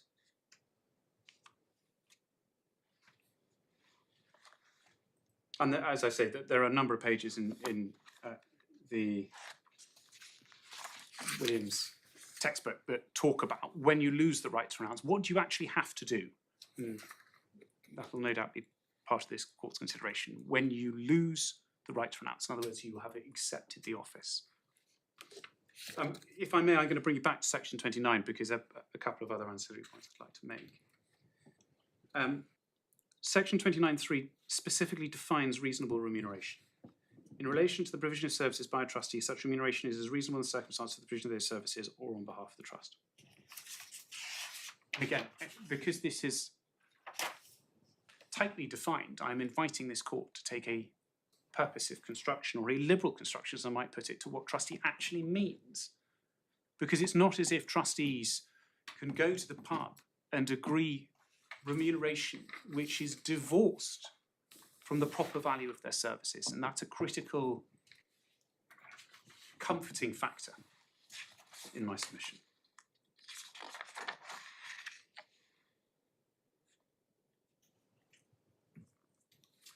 Over the page at 29.4 and 5, 4 provides that the remuneration is at 378, 29.4. Remuneration, even if the services are capable of being provided by a lay trustee. Again, this is all about incentivising professional trustees to act for the benefit of the trust. 29.5, and this is critical. Trustee is not entitled to remuneration under the section if any provision about his entitlement to remuneration is being made in the trust instrument. And that's very important. Section 29 is all about filling a gap. And part of the reason why Section 29 was propagated was the court was fed up with everyone coming back to the inherent jurisdiction of the court in circumstances where trustees made no provision or insufficient provision for remuneration and time had moved on. You will find at page section 35, at page 384, this is definitions 384, and this applies Section 29 to personal representatives. And 35.1 says, subject to the following provisions of this section, this Act applies in relation to a personal representative administering an estate according to the law as it applies to a trustee carrying out a trust for beneficiaries. And I place some reliance on the fact that it talks about a personal representative administering an estate. It is not a personal representative appointed by a will. It is someone who is administering. Sorry, where are you now? 384, section 35.1, which applies section 29 in the context of wills. There you go. And It has to extend to administrators as well as his executors, doesn't it? Indeed. So you couldn't base it all on the will. Yeah, no, you're right, and I'll come to the definition of personal representative, because the definition. So if you go over the page to 387, my lord, you'll see personal representative is the same meaning in the Trustee Act 1925, which I'll take you to in a moment. But the critical point, which I labour, is that 35.1 talks about the act of administering an estate. And in my submission, that's significant.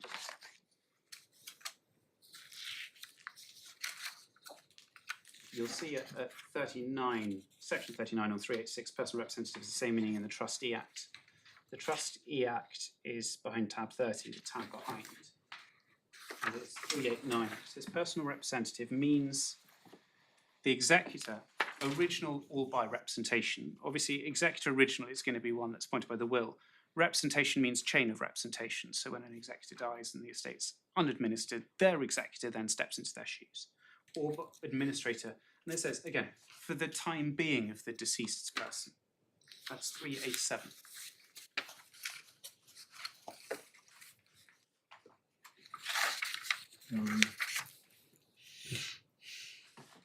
And again, I emphasise for the time being. Why is that significant? I mean, obviously, if you have one executor followed by another or one administrator followed by another, it means the people who are there at the time. Indeed. I mean, I don't put it any higher than that. I think the real emphasis is section 35 talks about the act of administering the estate. But the fact that it talks about time being does suggest that the focus is the given moment in time, rather than having to dredge up everyone who was formally appointed. But I don't pick the point any higher than that.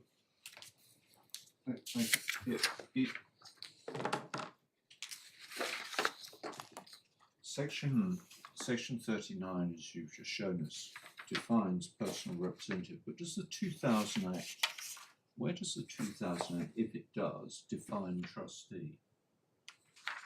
I mean, there was a definition in the 25 Act of trustee, but is there actually a definition within the 2000 Act of trustee? I'll have to get back to you. I'll have a look at that if I may.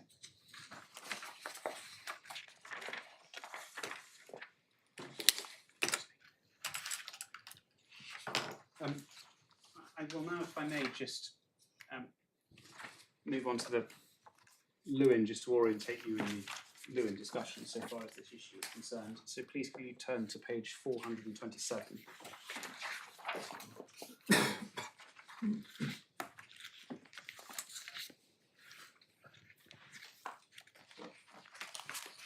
On 427, you'll see paragraph 20035. 20035 is an important protection for a beneficiary. I know it talks about express charges in the trust instruments, but the authors go on to endorse that so far as section 29 is concerned. So not only does the beneficiary in respect of a solicitor's bill have the rights under the Solicitors Act, but they've also got the rights to charge what is the agreement of reasonable remuneration on an account in the court. I mean, I see the points you make about other protections, but do they really matter at all? Because the Law Commission has structured this on the basis that you have those sorts of protections and you have the protection that it has to be approved by the other people. And we're concerned with whether that protection has been satisfied in this particular case. My Lord, the only point I want to make there is if I need to come to the stage where I have to rely on the approval on the bill, it was of concern to Mr. Justice Cavanagh that it was retrospective. And I'm saying the fact that you are approving services already rendered shouldn't trouble this court, because there are manifold protections for a beneficiary in circumstances where the remuneration that's been agreed is unreasonable. We've got the statutory definition, we've got their ability to call for an account, I say. Query how retrospectively it could be in the interests of the trust to approve the payment. Well, I mean, how would it be proper for the trustee to approve something retrospectively where there was no pre-existing entitlement? Their duty is to have regard to the past, present and future beneficiaries. And I would say in circumstances like these, and you know, there is a logically sub-question of whether Mr. Hayward and Mr. Shepherd have opened themselves up to a future challenge in agreeing it. But it does seem to me that if you had a trustee who said, I'm only going to continue if I get paid for that which I've already been done, and that trustee's service is essential to the good administration of the trust, then why not? Could be, but that's not this case. It's not this case. This case would be, is it proper for a trustee to agree to payment in respect of past work in circumstances where the estate doesn't need any future work?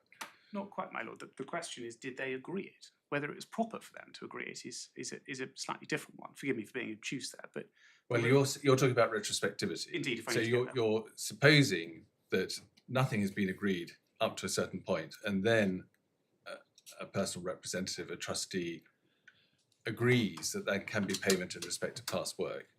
Now, if you're right on inherent jurisdiction, then maybe that could be justified on the basis that the trustee is recognising that there would otherwise be a chance to come to court, and so it's sensible to do a deal. But absent that, it's a bit hard to see how it's in the interests of the beneficiaries for the trustee to agree to payment in respect of past work where there's no pre-existing entitlement. My lord, I take that point. I don't want you to think that I'm dodging it when I say that actually the question is not so much whether it was right for them to agree it. The question is whether they did agree it. But I do take that point. The discussion on section 29 then proceeds on page 427. For these purposes, can I just ask you, page 428, the final line where it says, we consider that it is implicit in section 29.2 that the trustee's firm is entitled to receive reasonable remuneration for services provided by the trustee or his firm. So that just alleviates any concern about them agreeing the defendant firm could do it. That's the top of page 429. So we go on to say we consider that a beneficiary is entitled to have the charges of the trustee under section 29 investigated in the same way, which is the point I've already taken you to. Section 20039 is important. That first 4 lines sets out the judgment call that the trustees need to make.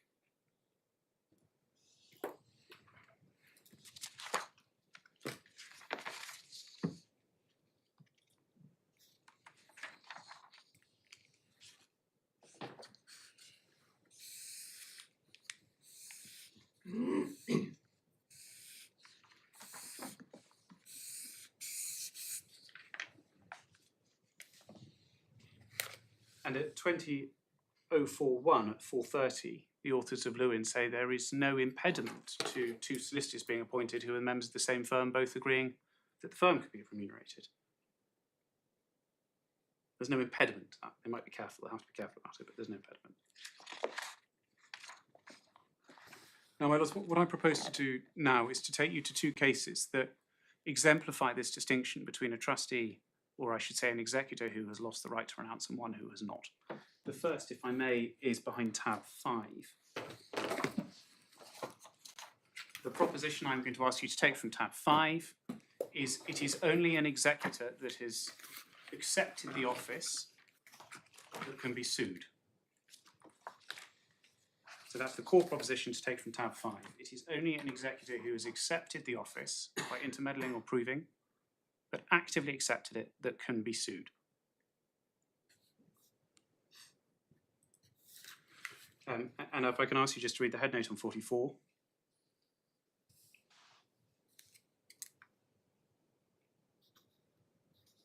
Headnote on 44, that's the core proposition. There is a quantitative distinction between an executor who has accepted the office and one who has not, in terms of their liabilities. And at page 47 and 48, this case has got a complicated background. What I propose to do, rather than taking you to extracts, because I'll come to the main bits, is just summarise it very briefly.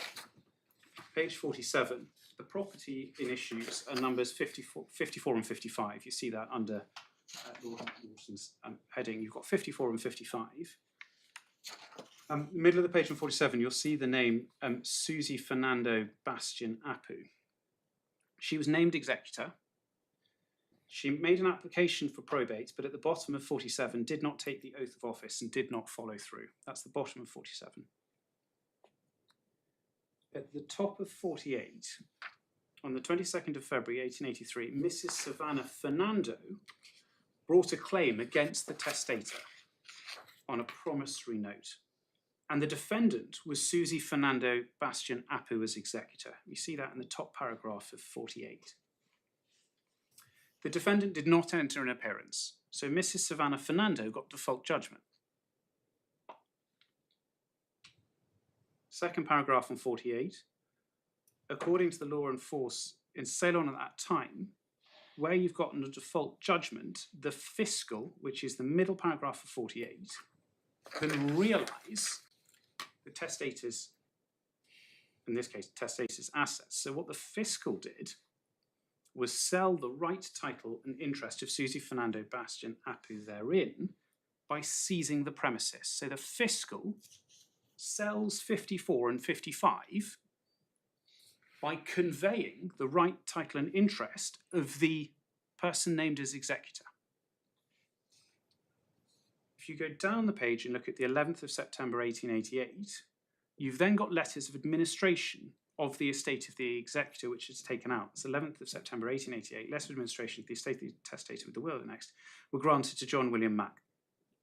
On the 14th of December 1888, Mr. Mack, who has letters of administration, gets authorities to sell 54 and 55. Whereupon the appellant, who was the purchaser of 54 and 55 from the fiscal, brings the claim asserting their title. That's the bottom 3 lines of 48.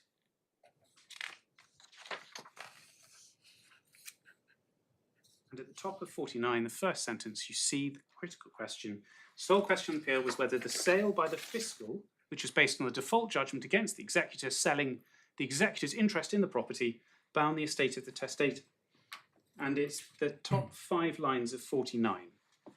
their lordships were unable to concur with the Court of Appeal, a creditor or a deceased debtor cannot sue a person named as executor in the will of the deceased unless he is either administered, that is, intermeddled with the estate, or proved the will.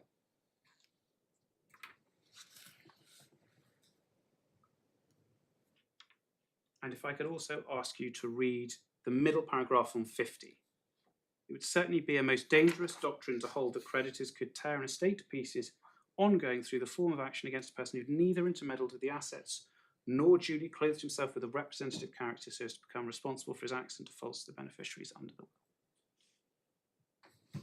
So I say that's the first point in which there's established case law which draws this distinction between an executive that's accepted the office and one that hasn't.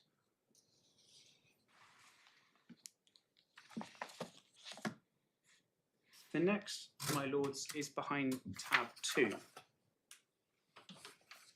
And if I can ask you to turn to the case of Douglas and Forrest, a proposition I ask you to take from tab 2 is that limitation does not run until an executor has accepted the office.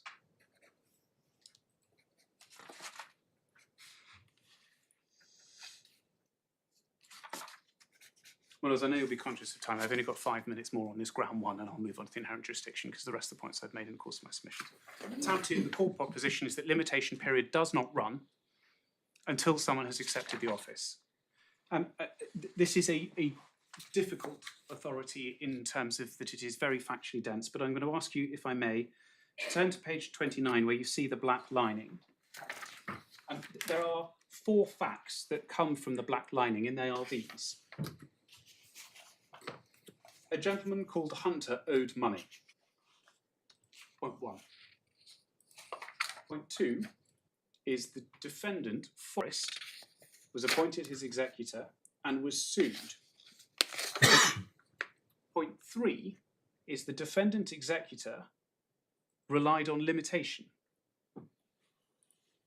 Point 4 is that the claimant said limitation only starts on the grant of probate.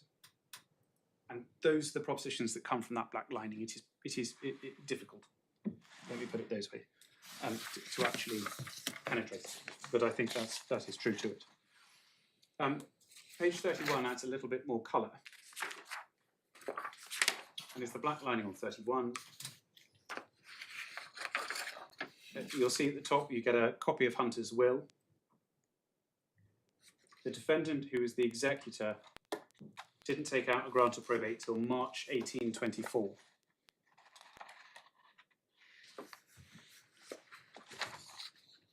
And then we come to the principal point at page 35, which actually will give you a little bit more background to make this authority a bit more penetrable, but it's the black lining on 35. Upon the second question, we have the opinion that the replication is an answer to please the statute of limitations. Although the injury of which the plaintiffs complain has existed more than 6 years, yet they had no cause of action, although there was some person within the realm against whom the action could be brought. Cause of action is the right to prosecute an action with effect known as complete cause of action until somebody can sue. Deceased was never in England after the cause of action accrued against him. After his death, there was no person in England against whom the plaintiffs could proceed until the defendant took upon himself the execution of the will. The defendant did not act as executor or approve the will until 1824. An executor may do many acts before he has proved the will, and when he has proved the will, his right to the testator's property has relation to the time of the testator's death, but we do not think that any action can be made against him as an executor until he has taken upon himself to act as such. When he goes on to say one who is appointed as an executor may renounce, it would be unjust to allow actions to be brought against one appointed executor who has never meant to act as such before the opportunity of renouncing. He would be liable for actions before he has acted as executor or prove the will his liability must arise on the instant death of the testator, and many actions might be brought against him before he can renounce, and these provisions cannot be relied on without expense and trouble. And then it's the top of the page at 36. And the top of the page 36, the court's talking about a case called Webster and Webster, which is the bottom of 35. But importantly, they go on in the black lining on 36 to say this decision is an authority and point to show that the statute only runs from the time that an executor has either acted or proved in the will.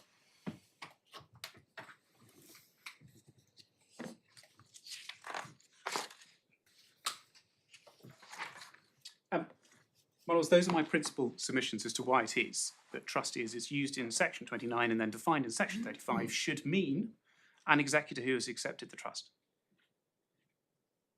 And again, there is clear distinction between who can be liable, and just as you should have You should only have the power to agree if you are in principle happy to be liable for the consequences of that agreement. You should not have the power to agree if you're not happy to be liable. In other words, you shouldn't have the power to agree if you choose to renunciate.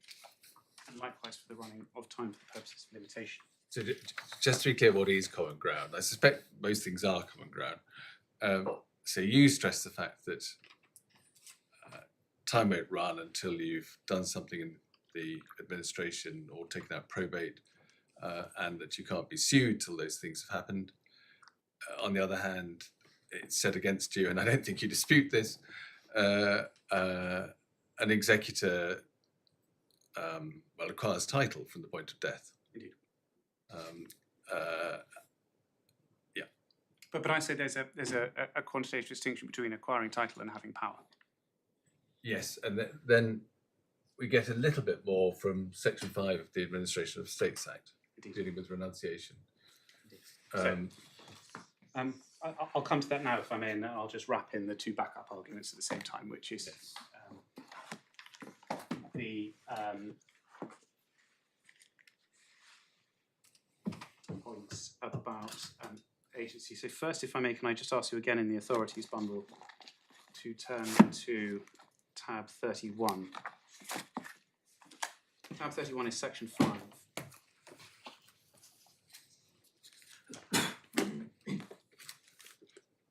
And this is one of the reasons why the judge below held that Mr. Smythe's signature is necessary. But I think it is important that one looks at section 5, you understand that this is setting out the preconditions for losing the right to renounce. It isn't actually, it's dealing with the consequences of losing the right to renounce, isn't it? Sorry, forgive me, let me just double check. Sorry, you're right, I misspoke. Sorry, what I meant is it's losing the right to prove the will. Forgive me, my lord, you're quite right. So you lose the right to prove in those circumstances which are set forth. And when Mr. Justice Cavanagh relied on this as being supportive of the proposition that Mr. Smythe's signature is required, I say he respectfully fell into error, because actually Section 5 is losing the right to prove no further. I mean, just to be clear, what the section says is, if you've been named as an executor in the will and you renounce, then your rights in respect of the executorship shall wholly cease, and the representation shall devolve and be committed in like manner as if you hadn't been appointed executor. So on death, the property vests in you, but if you renounce, then the property is instead treated as having gone to whoever else has the administration of the estate. So that bit is clear. What may matter more is the earlier bit, his rights in respect of the executorship shall wholly cease. So there you may get the idea, well, you have rights until that point and then they stop. Indeed, but one has to ask, what is the right? You have the right to prove the will. You have the right to do the assets, but in my submission, you don't have the right to agree remuneration until you accept the trust. This sounds a little bit circular. My lord, I understand that, but it talks about his rights in respect of the executorship. Section 5 is silent as to exactly which rights it refers to. And in my submission, you don't have the right to agree remuneration until you've accepted the trust. And just as you don't have the right to agree, you don't have the responsibility that comes with agreeing with it. So, of course, you do have rights on death. You have the right to prove. You have the right to deal with personal assets. You have the rights with others to make vesting orders and grants in terms of land. But I say where Section 5 talks about rights in respect of executorship, it's not commenting on which. And indeed, at the point at which this statute came into force in 1925, it goes out saying that Section 29 was but a dot in the future. So that's why I say Section 5 actually isn't really on point, because it talks about rights in an amorphous form rather than actually determining or setting out which rights are engaged. And again, it comes back to this core proposition that the power to agree remuneration should be coexistent with the liability on the estate. You can't be sued until you've accepted the office. You shouldn't be able to agree to remunerate until you've accepted the office. And just like the statute of limitation doesn't run until you've accepted the office. So it's all about, in my submission, bringing the power to agree into line with the liability on the estate. And both of those should come with an acceptance of office. So just suppose an executor, a testator names 3 people, A, B, and C, as executors. A and B get involved quickly, but C hasn't decided to renounce. They just haven't got round to doing anything yet. And in due course, in fact, they do take out probate some way down the line. Now, in the meantime, they're not a trustee for the purposes of Section 29. Yeah. So at that stage, even though the testator named them as an executor, and even though they have no intention of renouncing, and even though in the fullness of time they don't renounce but take out probate, B can get approval of payment from A alone. Indeed.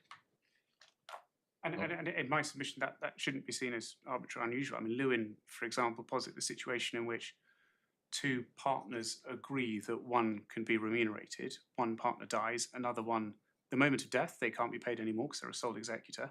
Someone else is then subsequently appointed, and it automatically is reinstated, notwithstanding that one of the trustees expressly hasn't agreed.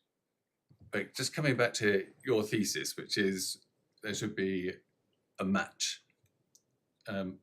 Well, in my situation, the one I'm positing, A, B, and C, C has absolutely no intention of declining the executorship, and indeed subsequently takes it on. Well, why shouldn't they be taken into account in determining whether or not payment has been approved in accordance with Section 29? Because C wouldn't be liable for the acts that took place before he accepted the trust. But the Law Commission's concern isn't with C being liable, it's with whether or not A and B should be authorised to take payment when there isn't a charging clause. Indeed. And why shouldn't the assent of the third named executor who intends to take out probate? I mean, this must be very routine that you have a family member named who doesn't actually have to do anything. Why shouldn't their assent be required? Well, I mean, again, without wanting to continually Yes. say the same thing, my answer is because they haven't accepted the trust. And that's the core point. I mean, if you think about the other absurdity argument, you often get firms that have multiple partners and multiple jurisdictions. You totally lose the effect of Section 29 if you have to go around and ask each one of them, notwithstanding that many of them don't know, have no intention to act or anything of the like. So it's one of those where, in my submission, the protection comes from Section 29 itself. It's got to be professional trustees. They have got to agree. This is not simply a matter of saying, you know, my 3 children, 2 can go and agree that one of them can go and present money and take it out of the estate. It's professional trustees who have got to agree reasonable remuneration for the services to the trust. And that's the critical component. That's what we're interested in. But I mean, in practice, in the example that my lord's just put to you, I mean, it wouldn't be very difficult for the 2, if you can put it like this, the 2 more active trustees, if they suddenly realise, well, then they needed to sort out this question of remuneration absent charging clause. They know who the third executor is. They just need to get he or she to sign the necessary piece of paper. I agree, my lord.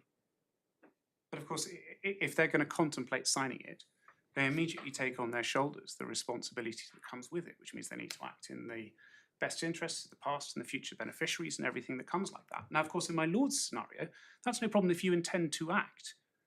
But of course, if you don't, then you're either in a position where you've got to formally renounce, and or you're in a position where you've got to ask yourself and take on the duties and consequences that come with it as to whether you should authorise this remuneration. Well, they might be put to their election at that point. They might then agree.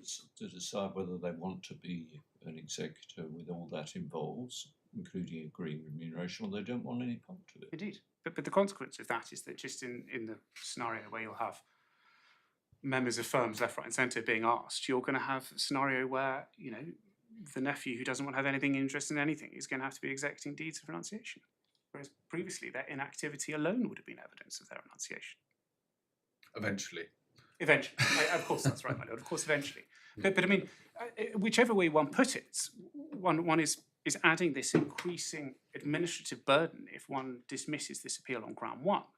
Because you're either going to have to go round and ask numerous people where a class have been appointed trustees, all of whom will then have to formally renounce if they don't want to entertain the question, or you're going to have to get their agreement, in which case you've got multiple people who themselves would remain entirely passive in the alternative scenario. I mean, I follow how you put that. At the same time, in the real world, you don't find some massive firm using this appointment of executors clause, surely. Well, and if they do, then fair enough that they have to go and get all the partners to renounce. But I think it's wrong to look at this too deeply through the lens of solicitors. I mean, this applies to any single trust instrument, irrespective of when it was put together. That's what Section 29 does. And it's not uncommon for trust instruments to identify a class of people to act as trustees. Well, I mean, you may be on more difficult ground, because if you're talking about a trust as such, an inter vivos trust, I mean, it would be almost inconceivable that you would appoint anybody as a trustee who wasn't prepared actually to act as a trustee. Well, I mean, again, they have to accept the office, and I mean that's Precisely. I mean, it just simply this point doesn't arise in the context of an ordinary trust. It's only a point that can arise, I would have thought. Well, I mean, in executorship. the opening lines at page 396 of Lewin is no one can be compelled to accept a trust. I mean, you can be named. In fact, being named doesn't mean that you could be compelled to accept it. 396. And 401. It's not. I mean, I understand, my lord, your point, which is that it's going to be an absolute rarity if you're not talking about the particular specific facts we're getting to, and ultimately I don't have an answer to that other than to say, like, politely, I'm not sure that's quite right. But ultimately, you know, no trustee can be compelled to accept a trust, and at 401, paragraph 3026, it talks about the effect of inaction, and it must be incredibly common that you get a solicitor appointed, and then a brother appointed and a nephew appointed, and the nephew wants to have nothing to do with anything. But by having to go and ask him, you are putting him to election as to whether he's going to execute some form of deed of renunciation, or he's going to sign and find himself liable later down the line because he's signed to pacify everybody and keep them in check. In circumstances where, as we know, if you're going to agree that remuneration, you've got to do it in the interest of the best of the past and future beneficiaries. And that, in my submission, is this critical distinction between having accepted it and not accepting it. And that's why I endorse the approach I have. And just going back to my lord's point, really, your case has substance in relation to personal representatives, which it doesn't have in relation to ordinary trustees. I have to leave it to the bench's better judgment and experience on that. I can't pretend to have seen. Well, you don't, with an ordinary trustee, you don't normally get this strange limbo period where you can retrospectively lose your title or whatever. I mean, I agree. In fact, I'm not sure. I say you can't ordinarily. I'm not sure how you could have that, really. I entirely agree. I mean, executing an inter vivos trust and appointing someone who hadn't given an indication they were happy to do so in advance is going to be sufficiently rare that you might wish not to consider it as part and parcel of your decision. I accept that. Yeah, my instructor is correctly pointed out there might be issues of capacity that might become engaged, but I don't know how that necessarily feeds into the analysis. But again, I put that to you. Just closing off then, ground one.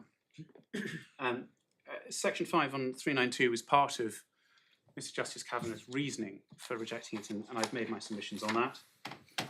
If you'd be kind enough to go over the page at 394, my backup argument is Section 5 of the Partnership Act. It says every partner is an agent of the firm and his other partners for the purposes of the business of the partnership and the acts of every partner who does any act of carrying on the usual way of business of the kind carried on by the firm. He as a member binds the firm and his partners. And I say my backup, although this does not get me around the fact that it says written agreement in Section 29, my backup is that when Mr. Shepherd signed, his act of signing, and he signed as executor on behalf of the defendant firm, bound Mr. Smythe. So I'd say it's a deeply unattractive argument. I mean, it wouldn't just apply in the Mr. Smythe case, it would apply all over the place and rather remove the Section 29 protection. My lord, there was a reason why it was at the end of my submissions. Let me put it in those terms. The final point is the effect of... For the purpose of the business of the partnership, anyway. Because when Mr. Shepherd signed the retainer, he did so in a dual capacity. He was signing as managing partner of the firm and also in his capacity as executor. So that's where section 5 bites. But I don't really want to spend any more time on it, if I may. The final backup, so to speak, is this renunciation point. And this, again, comes back to section 5, which is the effect of Mr. Smythe's renunciation. It's at 2 points of time. We've got the inactivity or we've got the express renunciation, and whether that actually has retrospective factors so as to mean that his consent was. And again, that is another way of squaring the circle.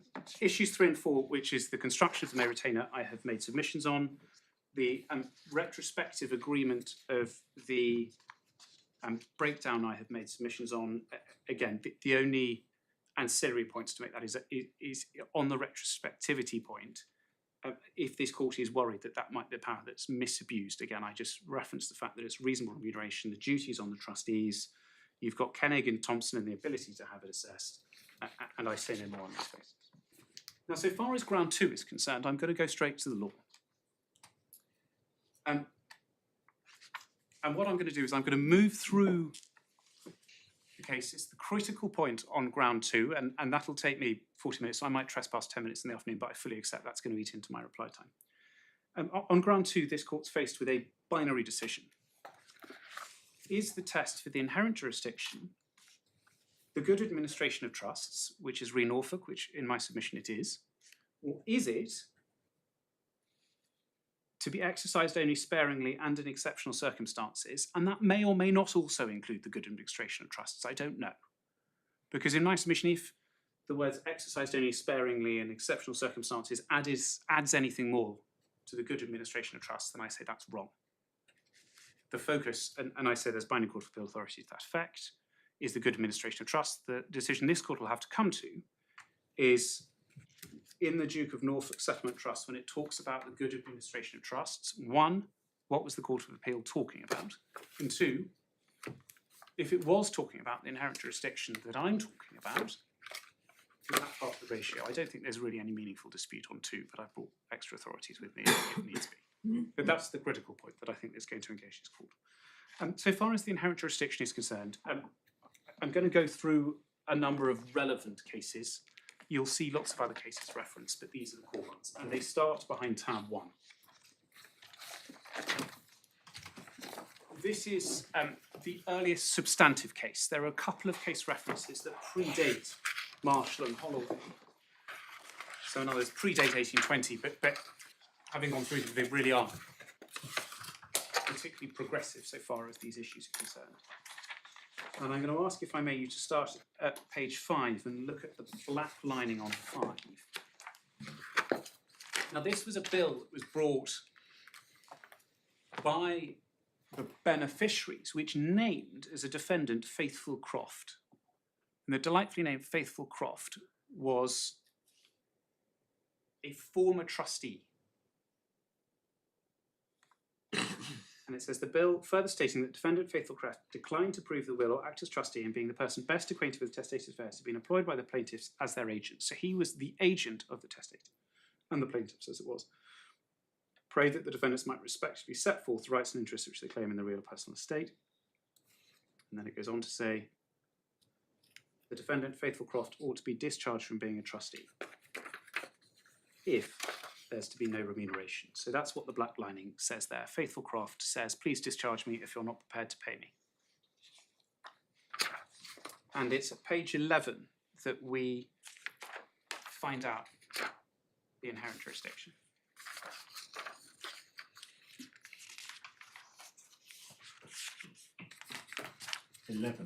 Page 11, please, my lord. And it's the black lining there. The plaintiffs wanted Faithful Croft to be remunerated. They wanted him to remain.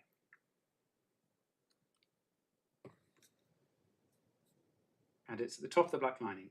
It being alleged by the said plaintiffs, the trustees, the nature and circumstances of the estate of the said testator require the application of a great portion of time by and on the part of the said trustees the due execution of the trust of the said will in regard to his estate, and they cannot undertake to continue the execution of the trust without the aid and assistance of said Faithful Croft as co-trustee.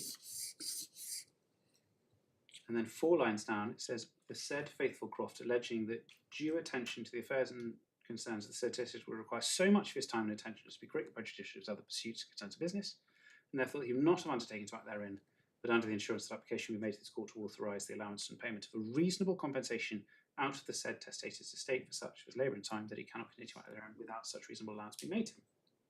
And this is the important point where it says it is ordered, which is halfway down the paragraph. It is ordered there be referred to the said master to settle a reasonable allowance to be made to the said faithful croft. And that's why, if you are with me on the inherent jurisdiction, I'm going to ask you to put it down to the master to go and identify the matter of remuneration. Out of the said testator for his time, pains and trouble in the execution of said trusts and for the time past, and in setting such allowance, the said master is to have regard to the legacy of £200 given and bequeathed to said faithful croft by the said will of the said testator. On the execution of the trust, thereby opposed to him, it is ordered that the said master do inquire whether it be for the benefit of the said testator's estate that the said faithful croft should continue to be a trustee under the said will, to receive compensation for the future employment of time and trouble. In the said case, the master shall be of the opinion that it would be for the benefit of the said testator's estate. And that's the key point here. What this authority provides is the question is whether it's going to be of the benefit to the testator's estate. And just as this is the first authority that actually talks about inherent jurisdiction, you get the symmetry with the Court of Appeal that talks about the good administration of trusts. So that is what oh, I see. I mean, this person, Faithful Croft, was named as an executor. That's right? was a trustee. Was a trustee. Indeed, Yeah. wished to relinquish that role. Yeah. Well, yes, He wanted to relinquish unless he was paid. unless he was paid.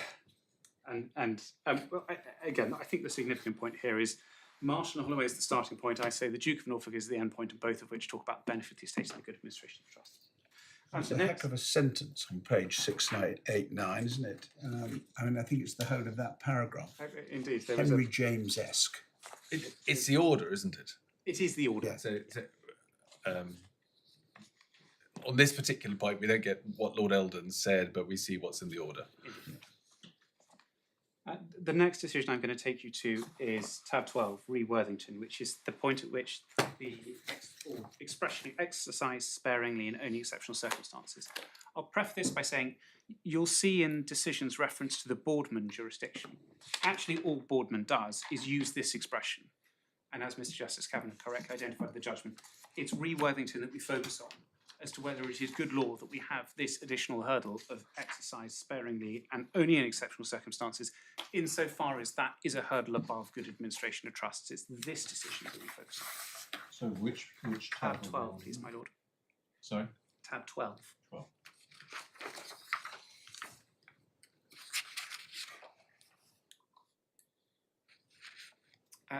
The first 4 lines of the head note on page 99 set the scene.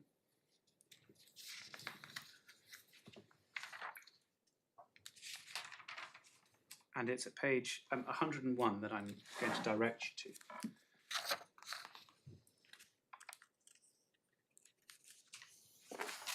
And at the second black lining on 101, Mr. Justice Upjohn sets out 3 authorities that he relies on for this exceptionality criteria. It says equally clear that although the court's jurisdiction is without remuneration of trustees, that jurisdiction should only be exercised sparingly in exceptional circumstances. And he refers to in re Masters, which I'm going to go to. He refers to in re McAdam, which I will go to. He refers at the bottom there to Bain, Brigg and Blair, which I will go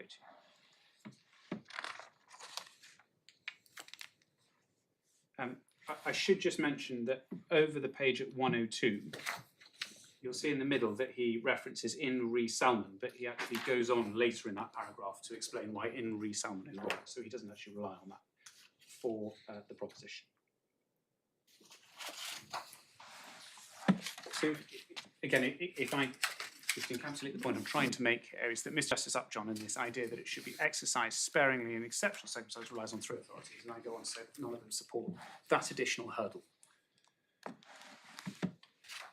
The first in time is Bain, Brigg and Blair, which you'll find behind tab 3. If you'd be kind enough to turn to tab 3.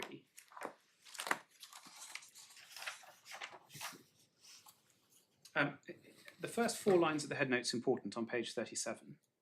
The testator by his will appointed Mr. Blair, who was an attorney, and gave him £200 as compensation for his trouble as acting one of the executors. So Mr. Blair has been given £200 for his trouble. Bottom 2 lines of 37 go on to say that it was proved and that it was difficult. Over the page at 38, on 38 in the second paragraph, and I'm just going to encapsulate what the second paragraph says, at the end of the administration, Mr. Blair just puts in a bill. He just says, in the course of the just allowances in the trust, I would like £5,000. So simply a bill is put in. And you'll see on the third paragraph, which is only 2 lines long, the claim is then brought by his assignees who are bankrupt. Sorry, Mr. Blair's gone bankrupt, so it's the assignees who bring this particular claim. £5,000 in 1845 is quite a lot of money. It is. You can see why his assignees following his bankruptcy were very keen to run the point. But you can also see, given that he was expressly given £200, that it's instinctively not a particularly attractive one to run. Page 40. And I'm going to ask you, if I may, just to read the first 8 lines on 40, starting considering down to 595, the numbers there in bold.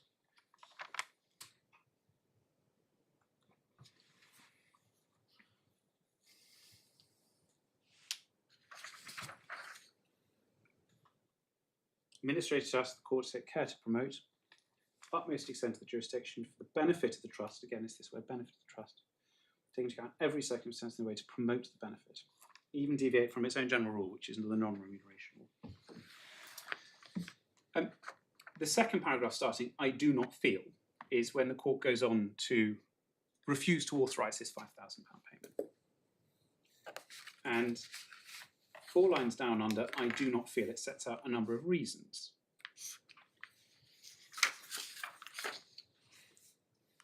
One of the reasons is that it took him 10 years to put in his bill. Another of the reasons is that he's already being paid £200. But for these purposes, the relevant part starts 4 lines up from the bottom, where it says, it is very different from the case where a trust being in the course of execution and many things remaining to be done, which can be done beneficially only by a particular trustee who cannot from his own situation without grievous personal loss. That party comes to court and states he's in a situation willing to do these things, but cannot consistently with his own interest proceed with such duties and gratuitously devote his time for the benefit of the trust. In such cases, competent for the court considering what is beneficial to the Solicitors Trust, and is calculated to promote their interest. Now, it's that word promote their interest, 4 lines down on 41, which is important. Their interest there means the trust. Promote the interests of the trust, to take the matter into consideration and to give proper remuneration to that person who alone by own exertion can produce that benefit. So what the court's doing here is saying, no, Mr. Blair, I'm not giving you what you want out of your £5,000. You got given £200. It took you 10 years. You didn't do anything in great note. But the court will do it in the circumstances where it's talking about promoting the interests of the trust. And you can see in 41, at the end of the second paragraph, it expressly states, but here Mr. Blair, instead of guarding himself in that way, took the legacy of £200 expressly as a compensation for his trouble. So that's why Mr. Blair's petition is rejected. But importantly, what this case again refers to is promoting the interests of the trusts. And I say that doesn't support what Mr. Justice John in Worthington thought it did.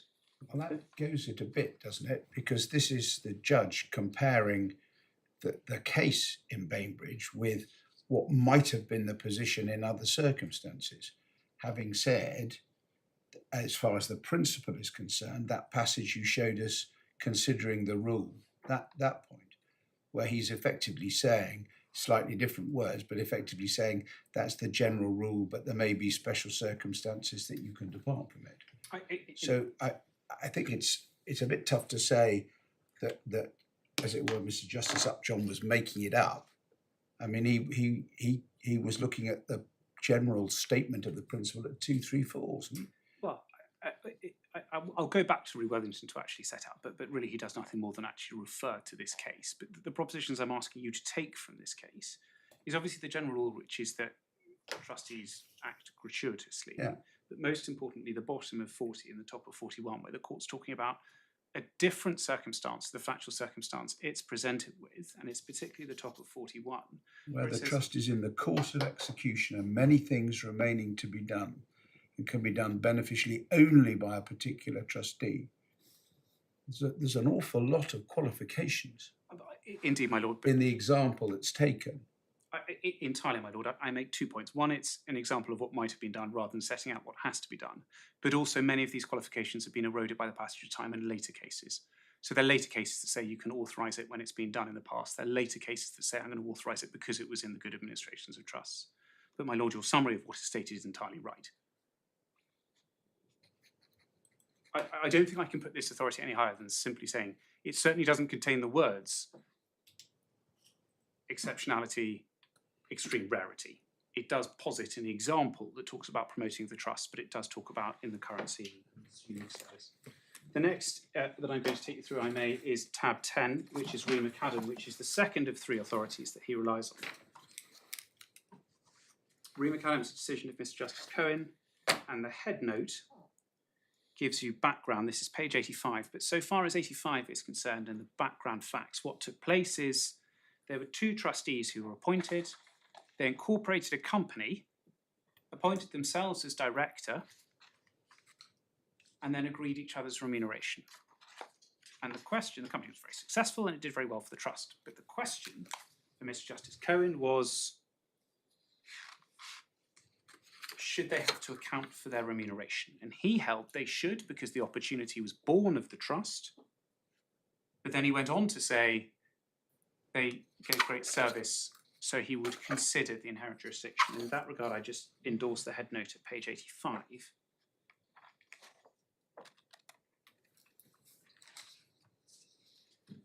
And having read the head note on page 85, I'm just going to ask you to read the black line in 94. Sorry, read the Black lined passage in 94. And the point is very simple, which is certainly for my part, re McAdam isn't really on point. It certainly doesn't support what it is that Mr. Justice Upjohn said in re Worthing.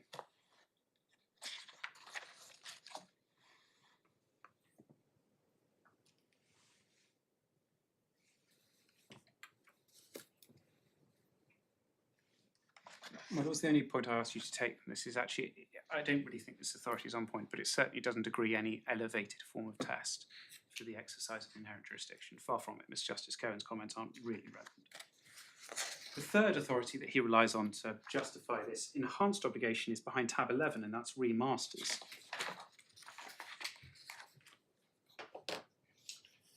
Page 97.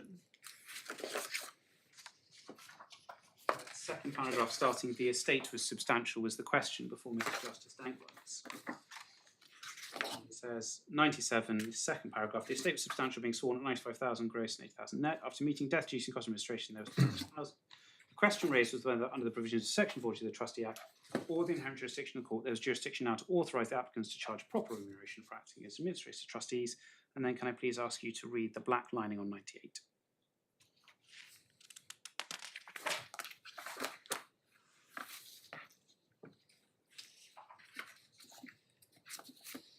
And again, the only proposition I want to take here is this doesn't really take the discussion very far at all. So in my submission, when Mr. Justice Upjohn in re Worthington talks about exercise sparingly and in exceptional circumstances, the authority he purports to rely on don't really support that proposition, albeit that I take exactly what Justice Coulson said for that. As we move through the next authority, we now move in time past re Worthington, which is 1954, to re Barber's Trust, which is tab 14. This was a decision of Mr. Justice McGarry. Page 130, the context of re Barber's was it was infant approval and there was a bank who was trustee, and in the infant approval the bank sought to increase their remuneration. And again, I think I need only trouble you so far as the black lining on page 135 is concerned.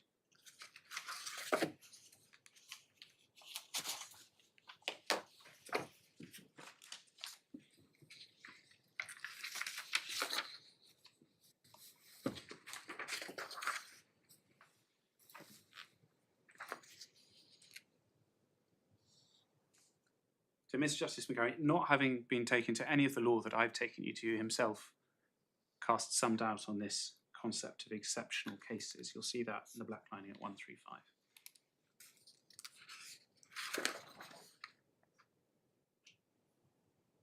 Do you accept Ms. Justice McGarry's comment? There must at least be proper evidence before the court of consequences of such weight and gravity as to justify the exercise of the jurisdiction. I entirely agree with the proposition there needs to be proper evidence. I'm going to go on to say why it was there. But I agree there's got to be evidence, but it's got to be evidence that pertains to the good administration of the trust, in my submission. I of course say with great respect, Ms. Justice Cavanagh, that the evidence there just wasn't disputed. That's the point. There was no one really disputing any of it, and indeed it comes from the judgment. Tab 15, and again, just so the court's aware, so far as time is concerned, I've only got another 10 minutes on cases and then 5 minutes of submission, so I really shouldn't be eating too much in the afternoon. Tab 15 is the first instance decision of Duke of Norfolk Settlements Trust, and the reason why I'm taking you to it is because Mr. Justice Cavanagh's manner of distinguishing the Court of Appeal Authority is by reference to what it was that was before Mr. Justice Walton. Page 136, black lining, references clause 11 and clause 12, page 136. Clause 11 deals with remuneration of individual trustees. Clause 12, and it's clause 12 which is at the bottom half of black lining is relevant for these purposes, is the trustee company. Now the trustee company, when the trust was set up, were to be paid by reference to scale fees in force, and they wanted enhanced scale fees. Mr. Justice Walton was dealing with two issues, which was enhanced remuneration to individual trustees and increased scale fees to the trustee company. It's only the second of those that was taken to appeal. Over page 137, head notes C and D, you'll see what he concluded. This is C at 137, that the court's inherent jurisdiction to award remuneration to trustee was wholly exceptional and to be used sparingly. Those words were taken directly from Mr. Justice Upjohn and Reed Worthington, and it's those words and this critique that is a central part of his reasoning that the Court of Appeal then deprecates on appeal. So if I could just ask you to read C on 137 and then turn to page 146. 146, and I'm going to take this at a bit of a counter because again it's important when we come to analyse the decision of the Court of Appeal. 146, starting from the paragraph at G, what Mr. Justice Walton does is go through every single decision on the inherent jurisdiction. Now, what he's being asked to do is to extend that inherent jurisdiction to allow for increases remuneration, whereas hitherto it had only been used to provide for remuneration where there had been no remuneration provided for in the trust instrument. And so when analysing whether he can increase the inherent jurisdiction, in other words, expand the confines of the cases, he goes through all of the cases to identify the inherent jurisdiction as is. And all I'm going to say is on 146, you're going to see Marshall and Holloway. Again, I make no other point about that. You'll see Bainbridge and Brealey in the middle of 148 at E. You'll see Rees-Selman at 151B. Again, that's been subsequently held to be bad law. 152, you see in Masters. And at 153, you see Worthington. And at H, Mr. Justice Walton sets out exactly that phrase, exercise sparingly and only in exceptional circumstances. That's H on 153. He then goes on at 155 to go to the decision of Mr. Justice McGarry in Rebarb's settlement. And then at 157, at A to D, he summarises the law on inherent jurisdiction. And it's this summary which the Court of Appeal takes issue with, which is why I say the Court of Appeal's decision is exactly on point so far as the inherent jurisdiction is concerned, rather than what the respondent and Mr. Justice Cavanagh concluded, which is he was addressing only the jurisdiction to increase remuneration. In fact, I say the Court of Appeal was dealing with the inherent jurisdiction per se. And it's A to D, and of course you can see the jurisdiction is a wholly exceptional one to be exercised sparingly by little b in there.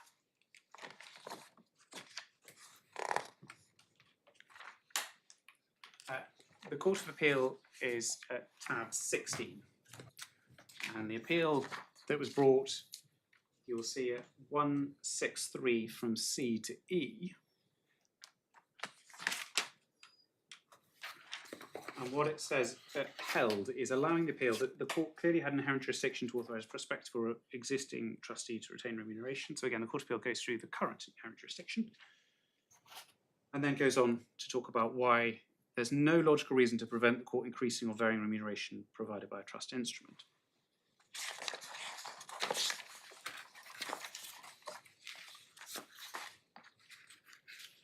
If you turn, I'd be kind enough to turn to page 172.